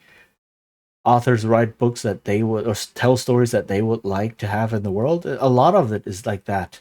Like many artists and creatives, if you ask them, it's like, yeah, no, you just do things that you like, create things that you would enjoy. Um, One artist, I forgot his name, but in an interview he put it best. A a drawing, he was a visual artist, so a drawing or painting is like a diary page, right? A diary entry. You don't write a diary entry hoping that other people will like it. You write a diary entry because it's important to you. And that's that's a good way, I think, to approach anything creative like this, anything artistic like this. Um, ad will come soon again. I will get up and stretch and such. I suggest you do the same, and then I will see you in a couple of minutes. Be right back.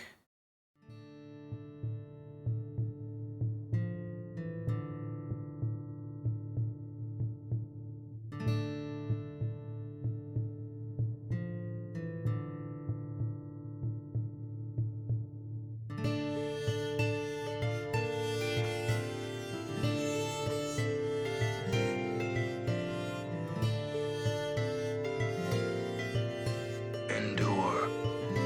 In enduring, grow strong.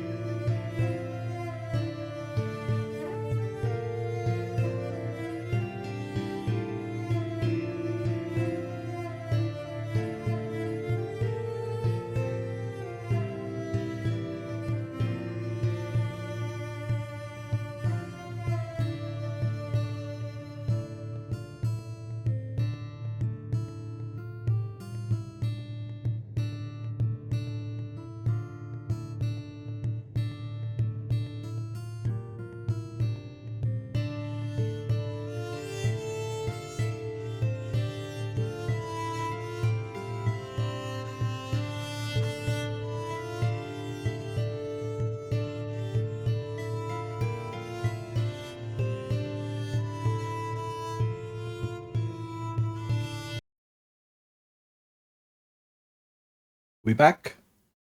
We back. Okay. All right. So, where were we? Um, yeah, the thing here in the center is basically, whoops, what I would like the game to kind of focus on. And from here, we can kind of have a theme Though I just realized thinking about this, there are many different possible themes. Um, or like variations on themes. So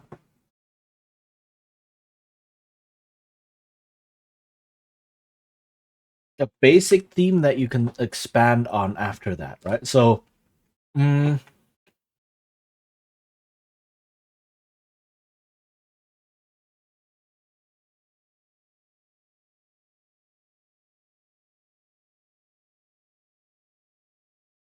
a group of adventurers who go through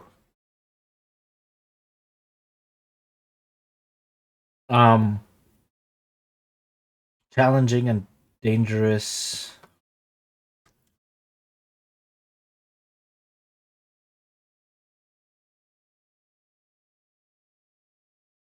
and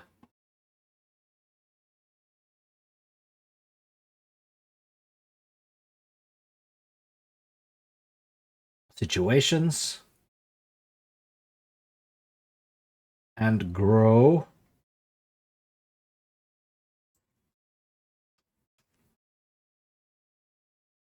um yeah and grow as a result, both personally as well as together,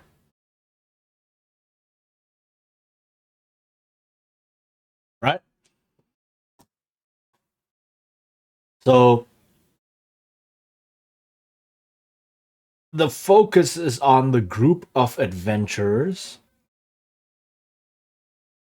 and they go through, yeah, challenging, difficult situations or dangerous. I just noticed it doesn't even have to be dungeons. It could be anything. It could even be something like the crew of a small spaceship, right? You could have something like that as well. Um, or I don't know, a pirate crew, or and any type of team or crew, like even like a special forces team or something like that, right? Um, that are put into dangerous situations that normal people would never face.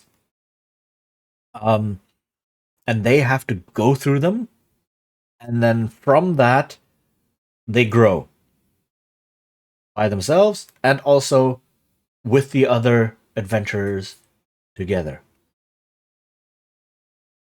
right? Um,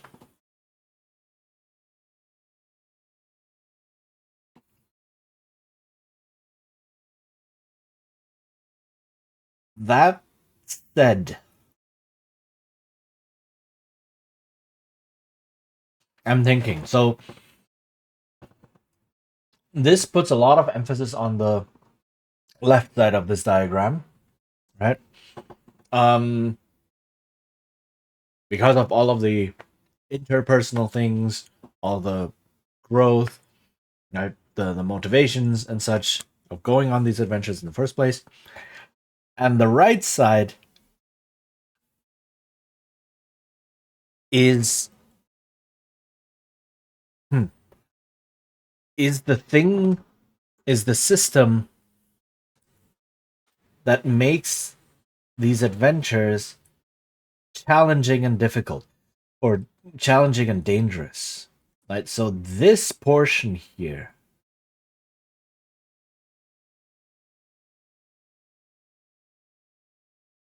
this is tied to the OSR bit. And then the grow as a result. Oh god, this is gonna be horrible. Right? Uh,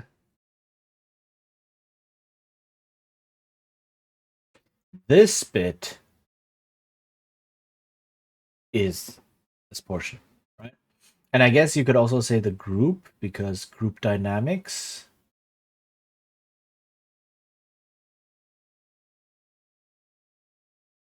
like so. Um, so you use the OSR mindset and some of the rules in there to make these situations difficult and force things like cooperation, right? Because um, that is a very important point that I need to write down. Um, so let me use this color.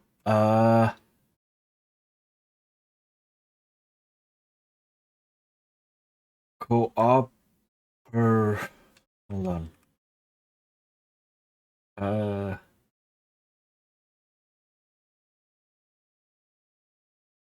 yeah, cooperation needs to be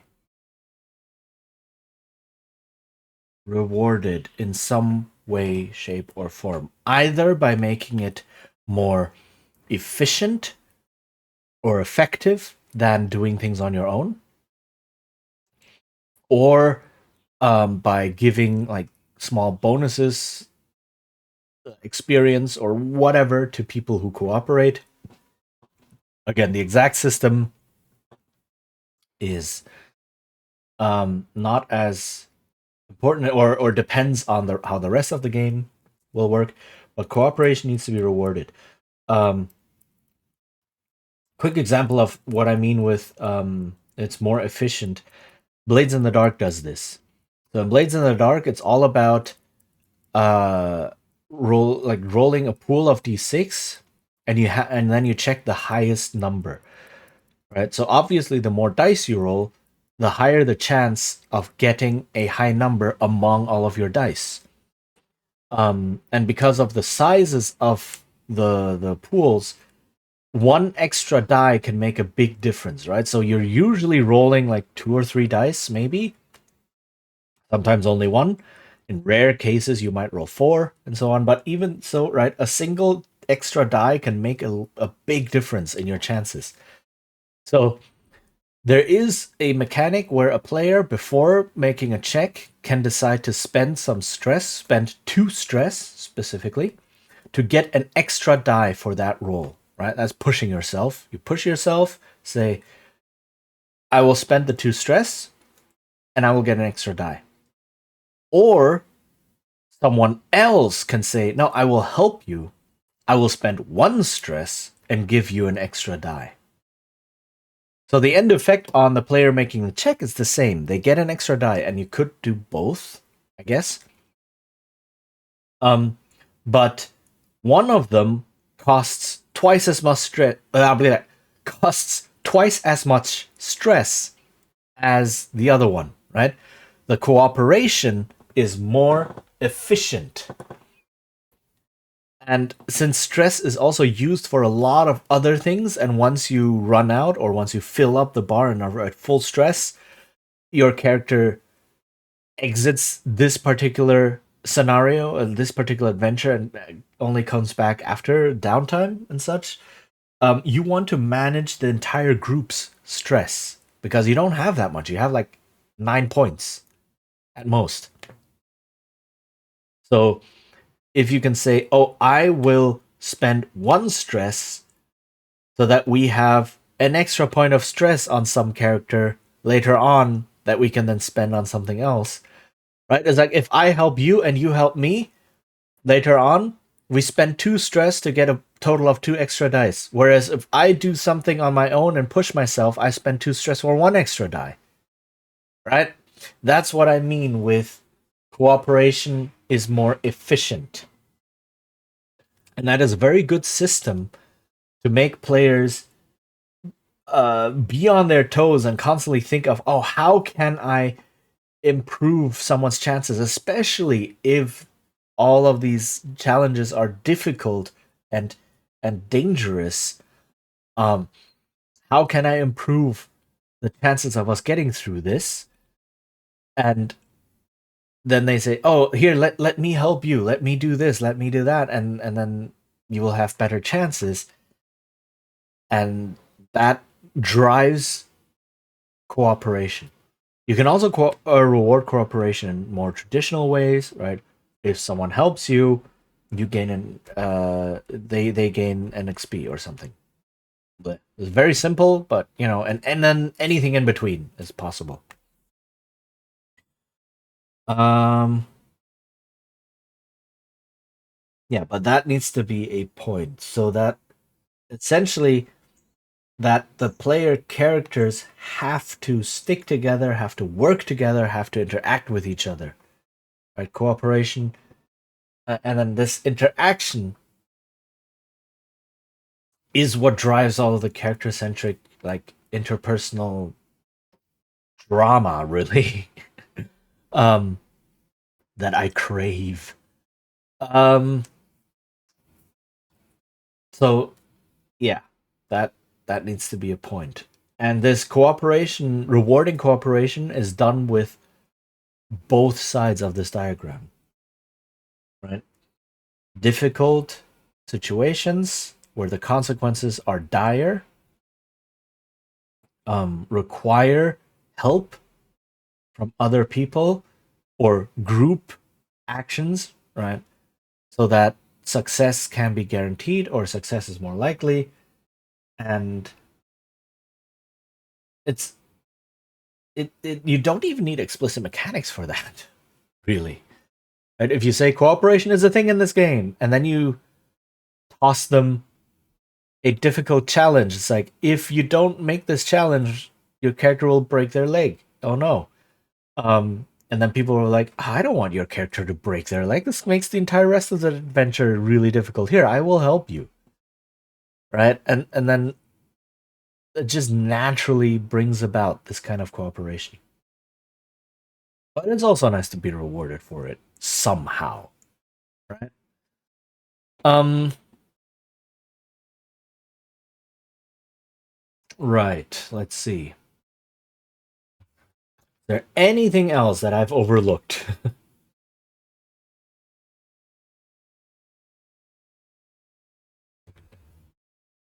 um Again, how the mechanics actually work. What kind of dice checks I use, what kind of stats I have, how inventory management will actually work, um, how to incorporate all of these emotional character aspects, right, into the system.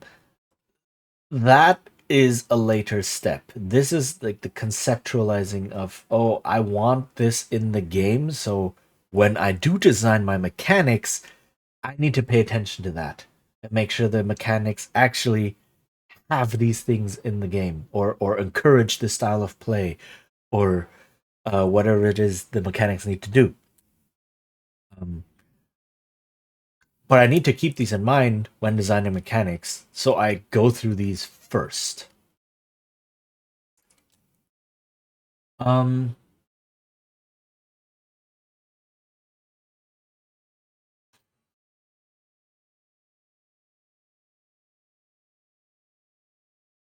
I think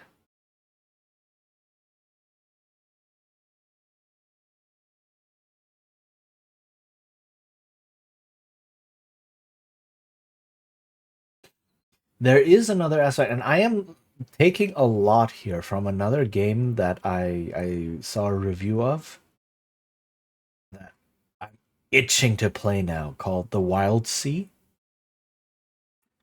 The Wild Sea does a lot of really, really amazing stuff. So, The Wild Sea is a game where the apocalypse happened, but nature is what happened, right?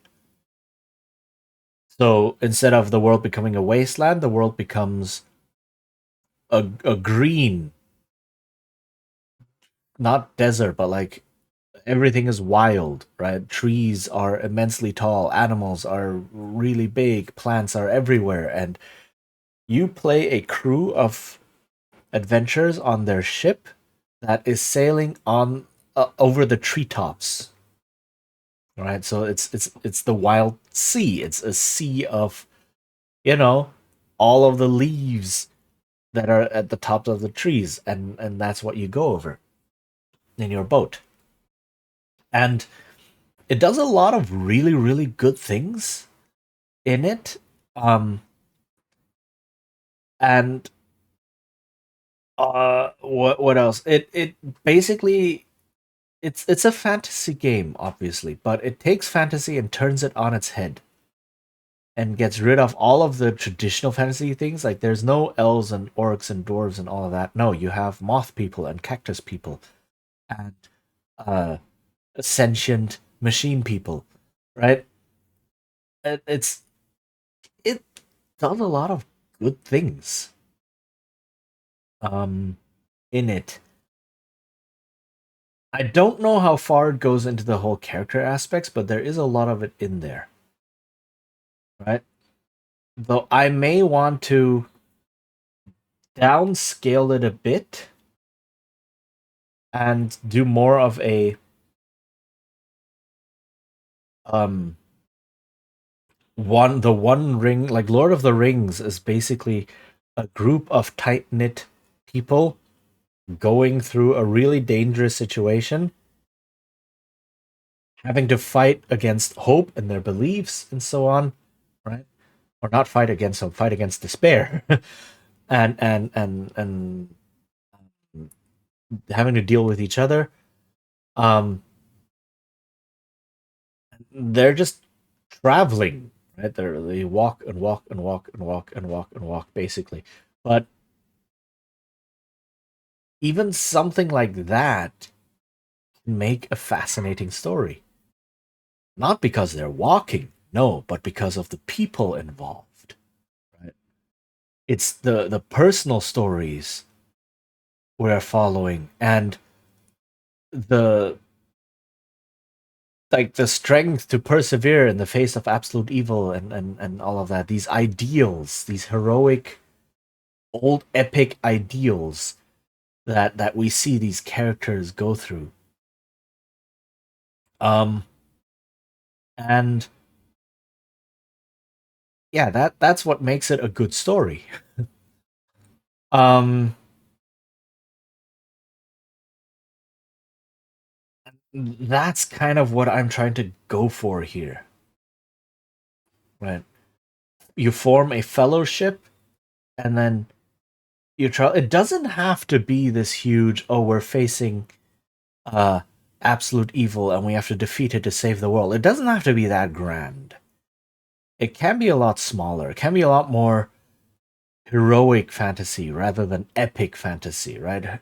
Where we focus on the characters more, where we focus on the individual stories more and the background events of going into a dungeon and such is just yeah, the plot and the driver of all of these, the catalyst rather of all of these conflicts and growth and relationships and all of that. Um,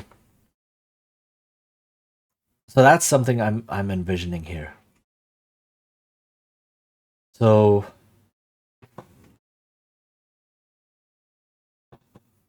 uh and that's why I'm turning to the OSR because the way the OSR is set up is I do want this whole yeah no these characters are in a dangerous situation. It could even be something like post-apocalyptic, like a zombie apocalypse kind of deal. Like a zombie apocalypse again, those stories are not about the zombies typically. They're about the survivors, about humans being put into this exceptional situation, right? Exceptional in a negative sense, and watching them crumble. See if they can persevere through this absolute hopelessness of a zombie apocalypse, or if they will crumble and how they will crumble. That's what we watch zombie stories for. We don't necessarily watch them for the zombies and for the zombie fighting. No, the traditional zombie story is about the survivors. And that's also kind of the feel I want to go for here. Um, Not necessarily zombie apocalypse, but the kind of, oh, we're in this dangerous situation. It's like the characters feel like they have to enter this dangerous situation. That's the motivation. And they do so with other people because more people equals more chance of survival and success. But other people mean dealing with people, right? That's scary. And having your interpersonal relationships and frictions. And then hopefully succeeding, coming out the other end, a changed person, hero's journey kind of stuff. Um, and yeah, and that's really what I'm going for here.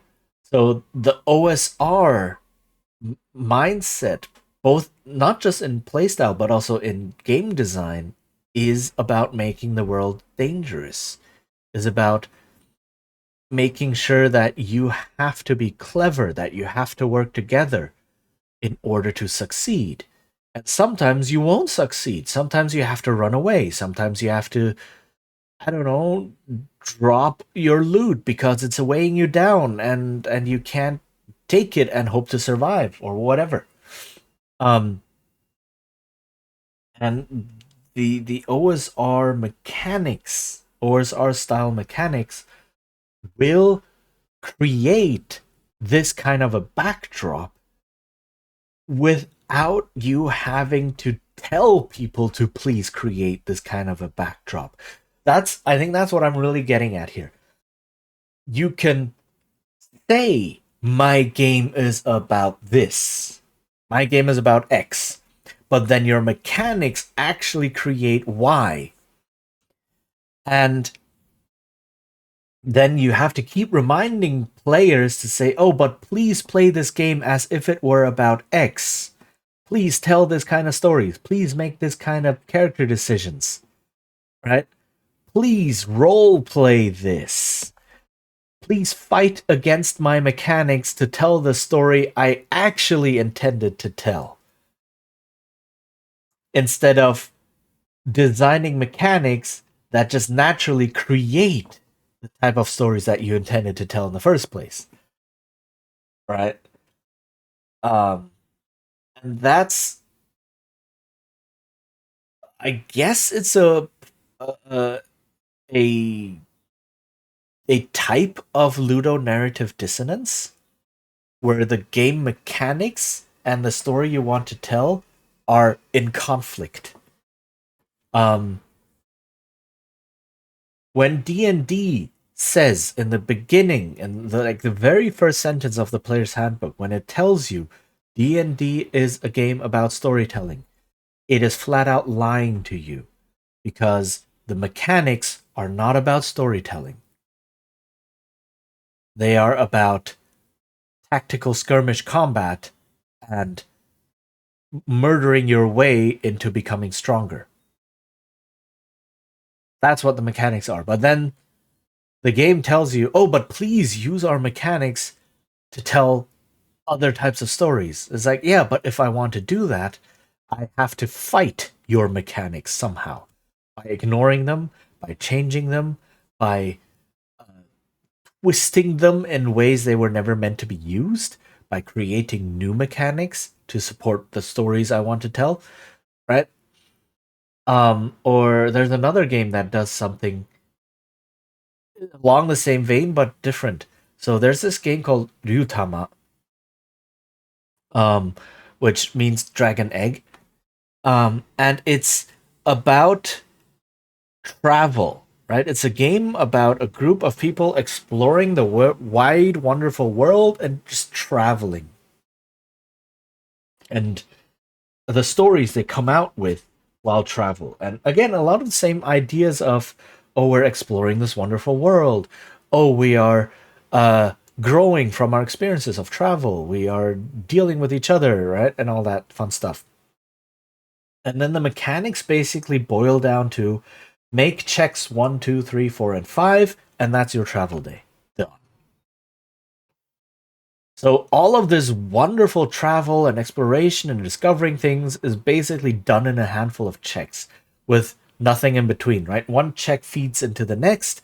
It changes around a couple of numbers here and there, and then you're done with your travel day. And then the game kind of tells you, yes, we know the mechanics can just be solved in like 2 minutes by just rolling a couple of dice, but please role play this. Please go beyond our mechanics and please tell a story. It's like, okay, but if you want me to do that, I have to fight your mechanics. Right? Don't do that. Don't design a game, one game mechanically, and then demand that players play a different game narratively. Don't do that. If you do that, you designed a bad game. Objectively. Because your design goal and your design product are in conflict. That is objectively bad design. Right? So if you have a certain design goal, I want to have a backdrop of dangerous situations where player characters have to go through, and through going this, they learn to deal with each other and learn to grow. Then I better design mechanics that will create these kind of stories, and that's why I'm looking to the OSR. So I just spent like half an hour talking about why this. But okay, I hope you learned a lot about things like design goals and what makes good and bad design. Um, right, let's see.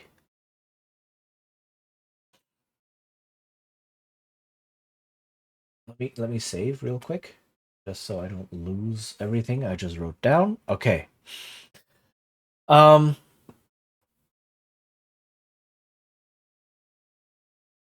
So, because it's characters, let's look at the characters. Right. Let's look at the characters. Uh, grab these things. Copy them. Paste. Okay. All right. So because we are talking about characters, let's look at them. Right? What makes a character? In this particular game, right? Not in general or in a like storytelling theory kind of way, storytelling science, whatever kind of way, right? For this particular game. So we said characters need a motivation or a drive, right? So why is this character willingly, very important, choosing this path?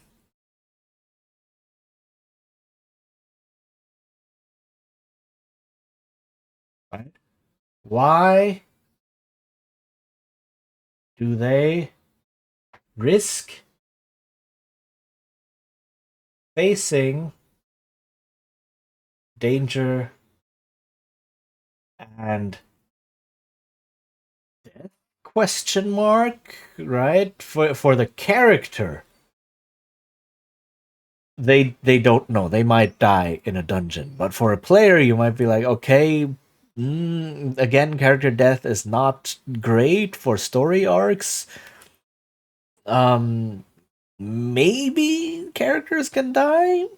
I don't know yet, but it's not gonna be like, oh, one bad die roll, you're dead. Not that kind of deal, right? but danger and deprivation, I guess, right, is probably something they will definitely face. Um, right. So why do they do this? Right? That's a very extreme life choice to make. Why do they go into this? Right? Um, then what else does a character have? Flaws and beliefs and ideals. Flaws, beliefs, ideals. Whoops. Right? So, um, so this is things like what is important to the character?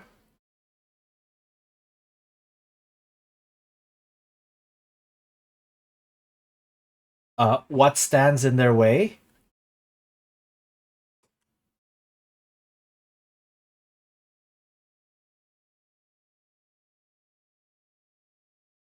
Right?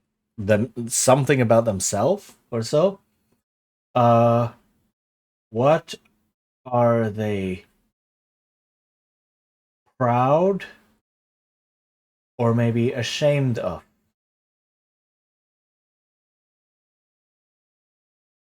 Do they have any secrets? And we're talking about actual big deal secrets. Like if this came out, it would change the whole trajectory of this character, right? So nothing like, oh, I don't actually like mint chocolate, right? But things like, oh, I don't like mint chocolate, but I eat it anyway because my partner really loves them and she loves making them. And if I don't eat them, it might make them sad. And so, right?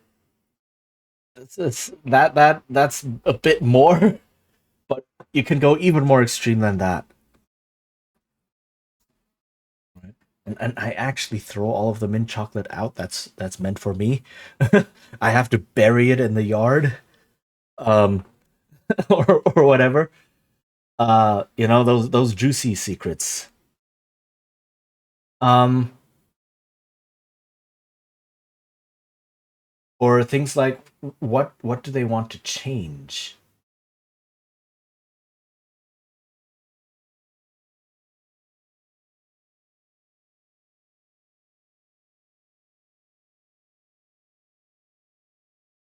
Right? And this kind of sort of ties in with the motivation. A lot of these might tie in with the motivation, right? Maybe the secret is something really big and the character has to run away from their home region to escape having to deal with whatever they are keeping secret, right? Maybe they are looking for something that's really important to the character. Maybe a lost family member, maybe a family heirloom, maybe some lost knowledge, whatever, right? Um, Maybe they want to change something about themselves or the world, and that is what motivates them to go out. So a lot of these kind of questions, and you don't have to answer all of them, right? These are just prompts.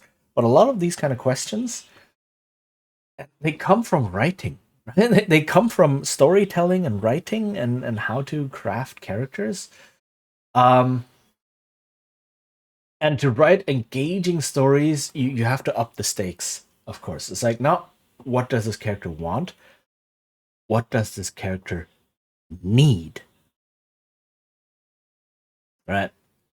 Um, but that's, I guess, in the next stage. Like this is just getting some basic ideas down, and then you can apply storytelling magic to it, um, if you want, and you can then really up the stakes. Like you need there are various ways to phrase phrase these things and various sets of questions that have been created to help you generate powerful stories and powerful characters, like engaging characters that we care about that go through these stories. Like, it's like, what does a character need?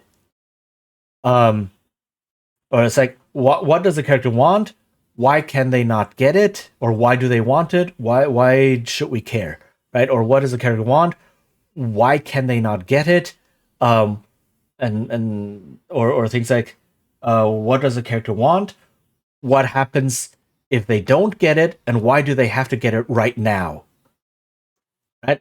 And all sorts of questions, sets of questions like these, um, that are very storytelling based, might be too strong for just creating characters, but again, you can take a lot from that and just get inspired by that. What else that we have? Oh yeah, the relationships,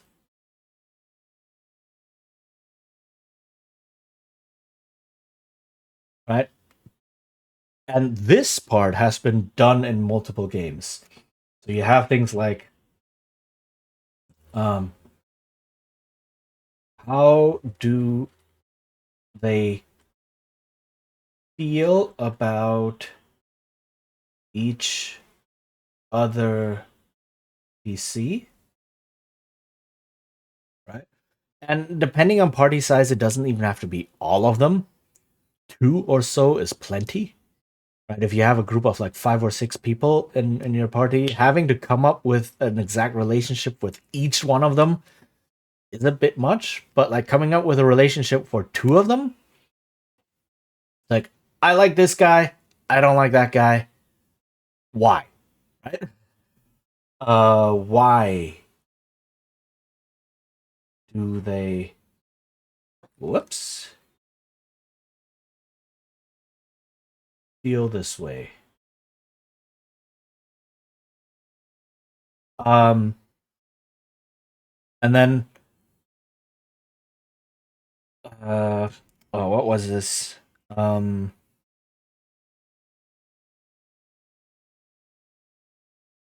how do they feel about each other PC? Why did they feel this way? And oh, what was the third question? I had a third question in my head just now, and now it's gone. Just as I wrote down this one. Um. Uh.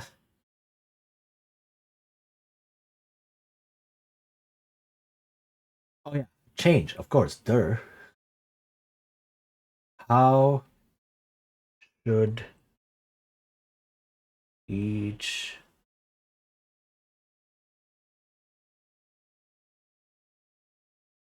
change? And this is also something where you can build shared backgrounds with other player characters. So maybe some player characters already know each other from earlier, from before you start the game. But more powerfully, I feel, is when you don't really know each other from before. You play together a bit, you adventure together a bit, and that builds a relationship history, right? A shared history with other characters. And then you can even mark down events and saying, "Oh look, this is where I say, remember back when I saved you from falling down that cliff, and then a week later you saved me from drowning in that river," right? And then you have actual stories to share with each other. Um, so that's good. That's very good.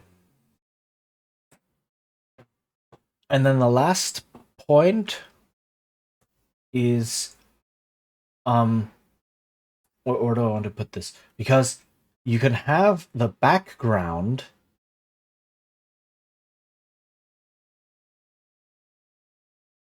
incorporate a lot of these things.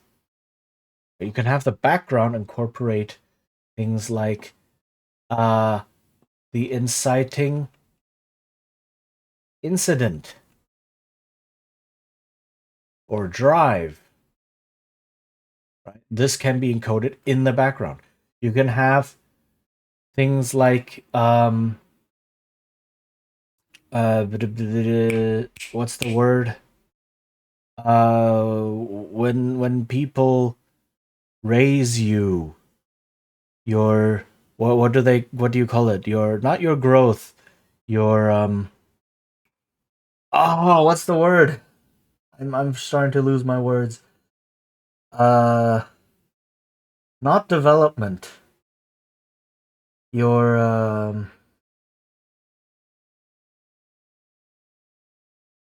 oh, it's gone. The word is gone. The word is gone. Let me check a thesaurus. Because I want to make sure that I get a good term for this. So, um,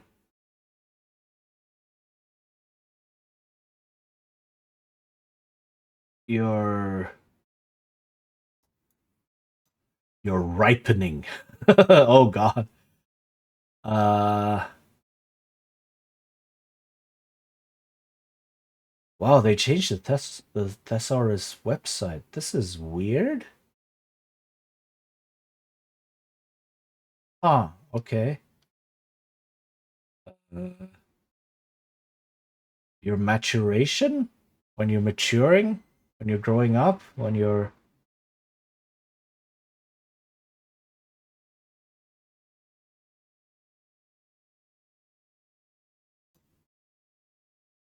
uh adulthood. Yeah, but I don't know what word I was looking for.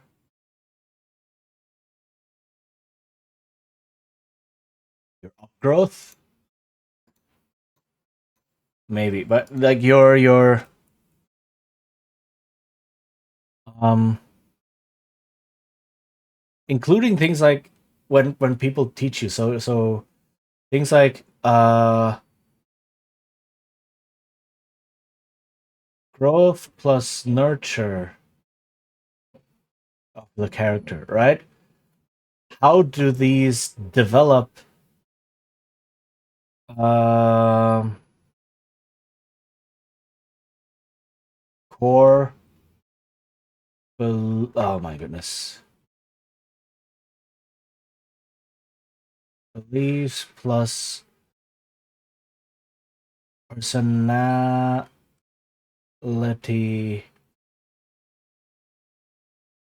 traits, right? That kind of deal. Um relationships. Possibly shared history before game start, but also um, things like social, cultural, political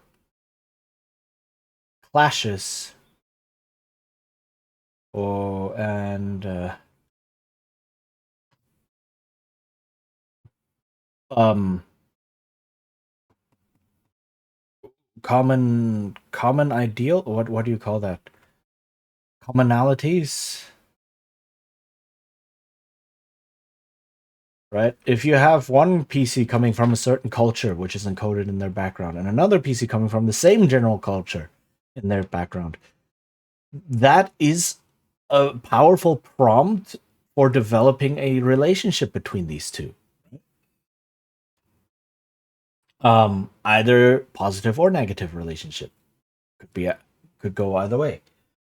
One more thing I forgot to write down. Abilities, of course. Their abilities. So this veers slightly more to mechanical sometimes, but what training does the character have? Right. Um, And then training could also be things like equipment,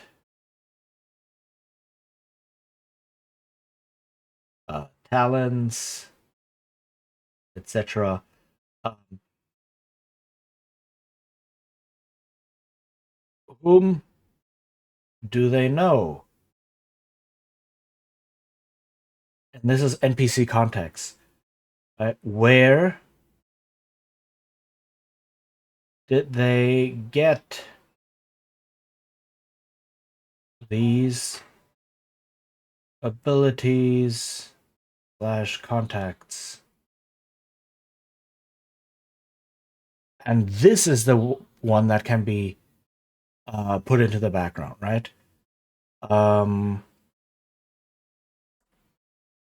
training, uh, talents, gifts, both physical as well as like skill gifts, I guess. Talent gifts, same thing. Um, uh, people you know,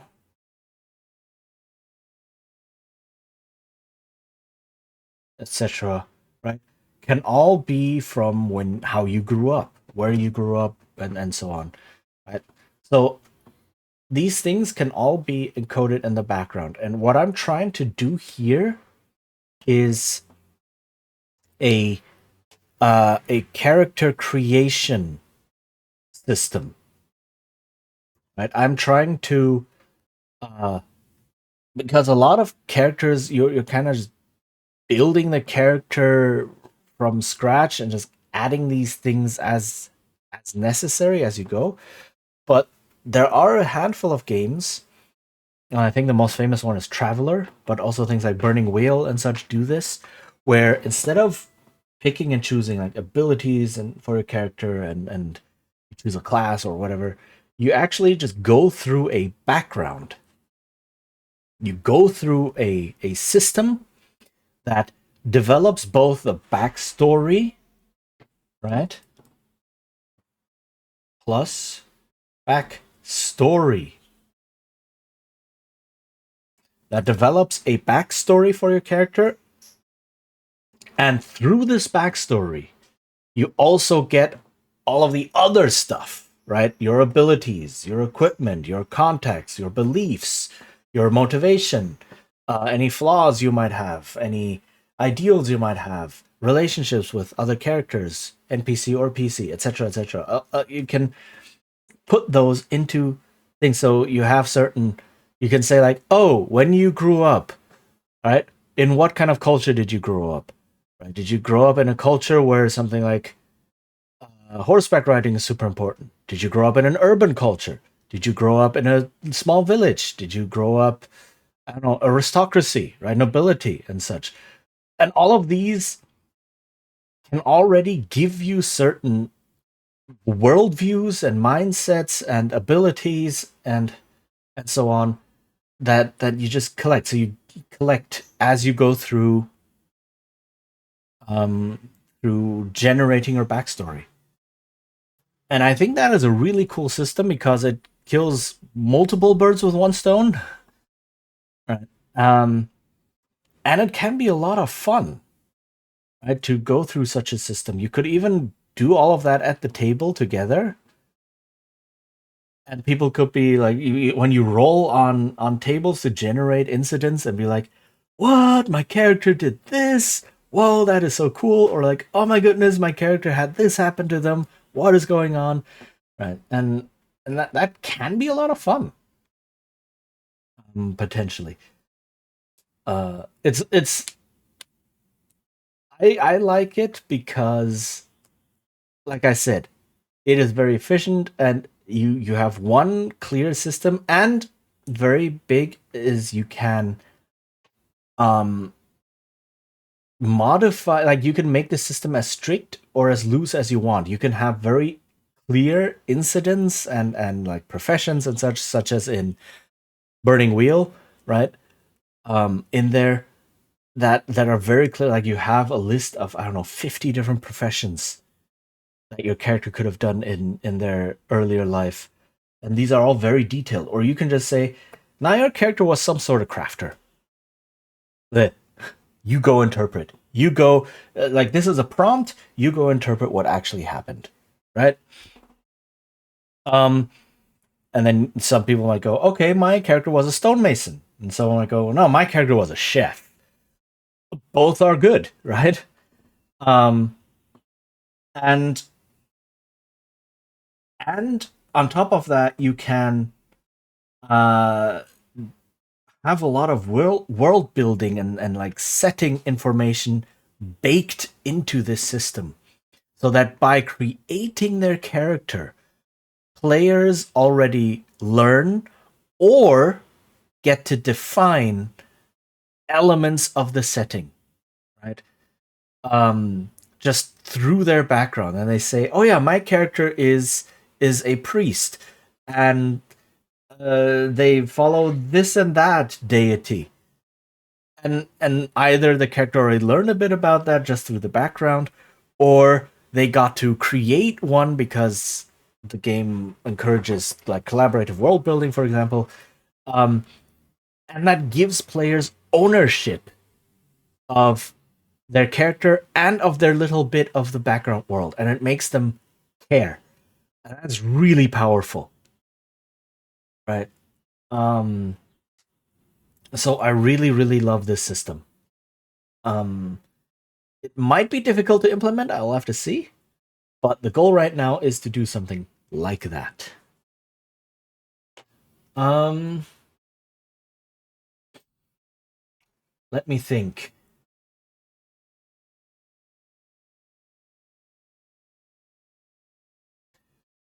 I think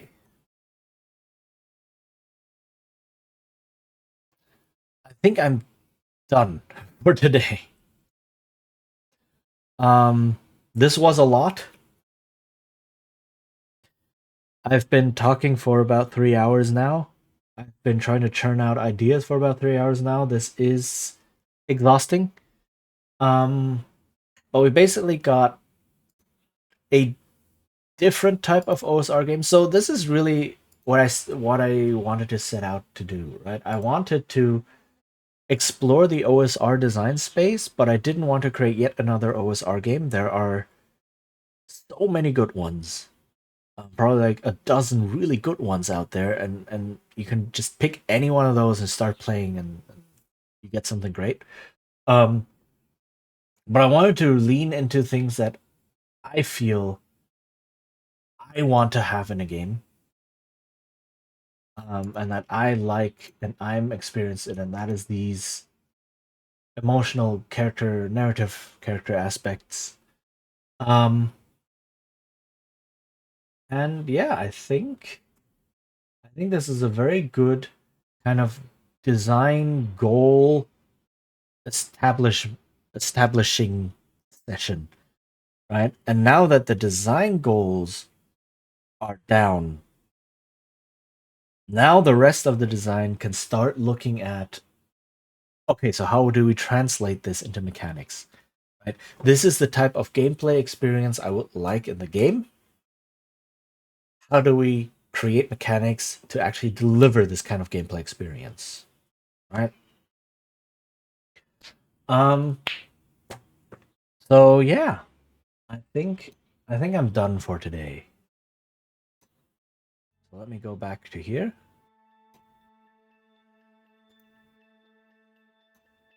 Uh I have snoozed the ads. It's fine.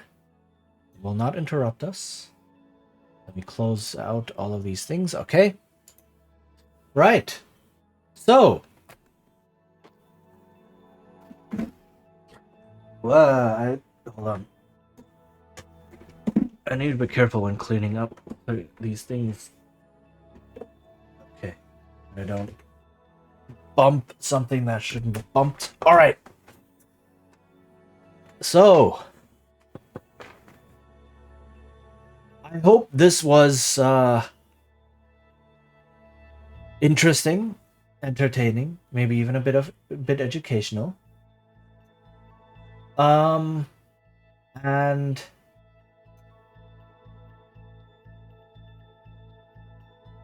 yeah, I hope to see you again soon. I will be back. Definitely will be back on Sunday my time.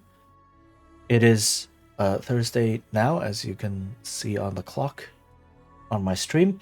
So Sunday my time for more Baldur's Gate, the original one, Baldur's Gate Enhanced Edition.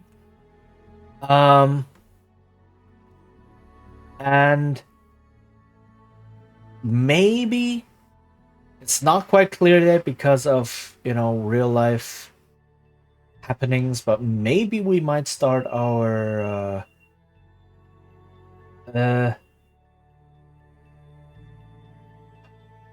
words. Wow, my brain is fried.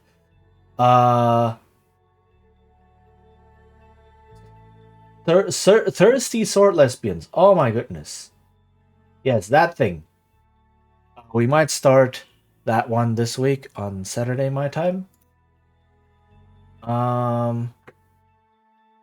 So yeah, look forward to that. And I will then hopefully see you later. See you next week or so. And for some more streams. I will have to look for someone to raid. Hold on. Let me check who is on. Let me check who is streaming right now.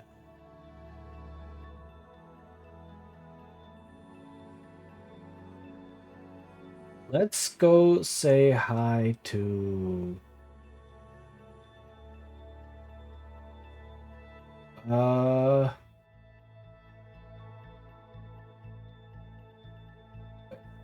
let's go say hi to Goodnight Snack. I haven't really been able to rate them much before. Snack is currently playing Fear, as in that horror first-person shooter that came out a whole while ago. So it's another old game, which is very fitting for the theme of this channel as well. Snack is a cool person, very energetic. So don't get intimidated by that, but really, really awesome person as well. So yeah, go say hi. Raid. Good night, Snack. Yeah. All right. Thank you all for coming. This was a lot of fun. I hope it was fun for you as well. Hope to see you all again soon. Take care and bye-bye.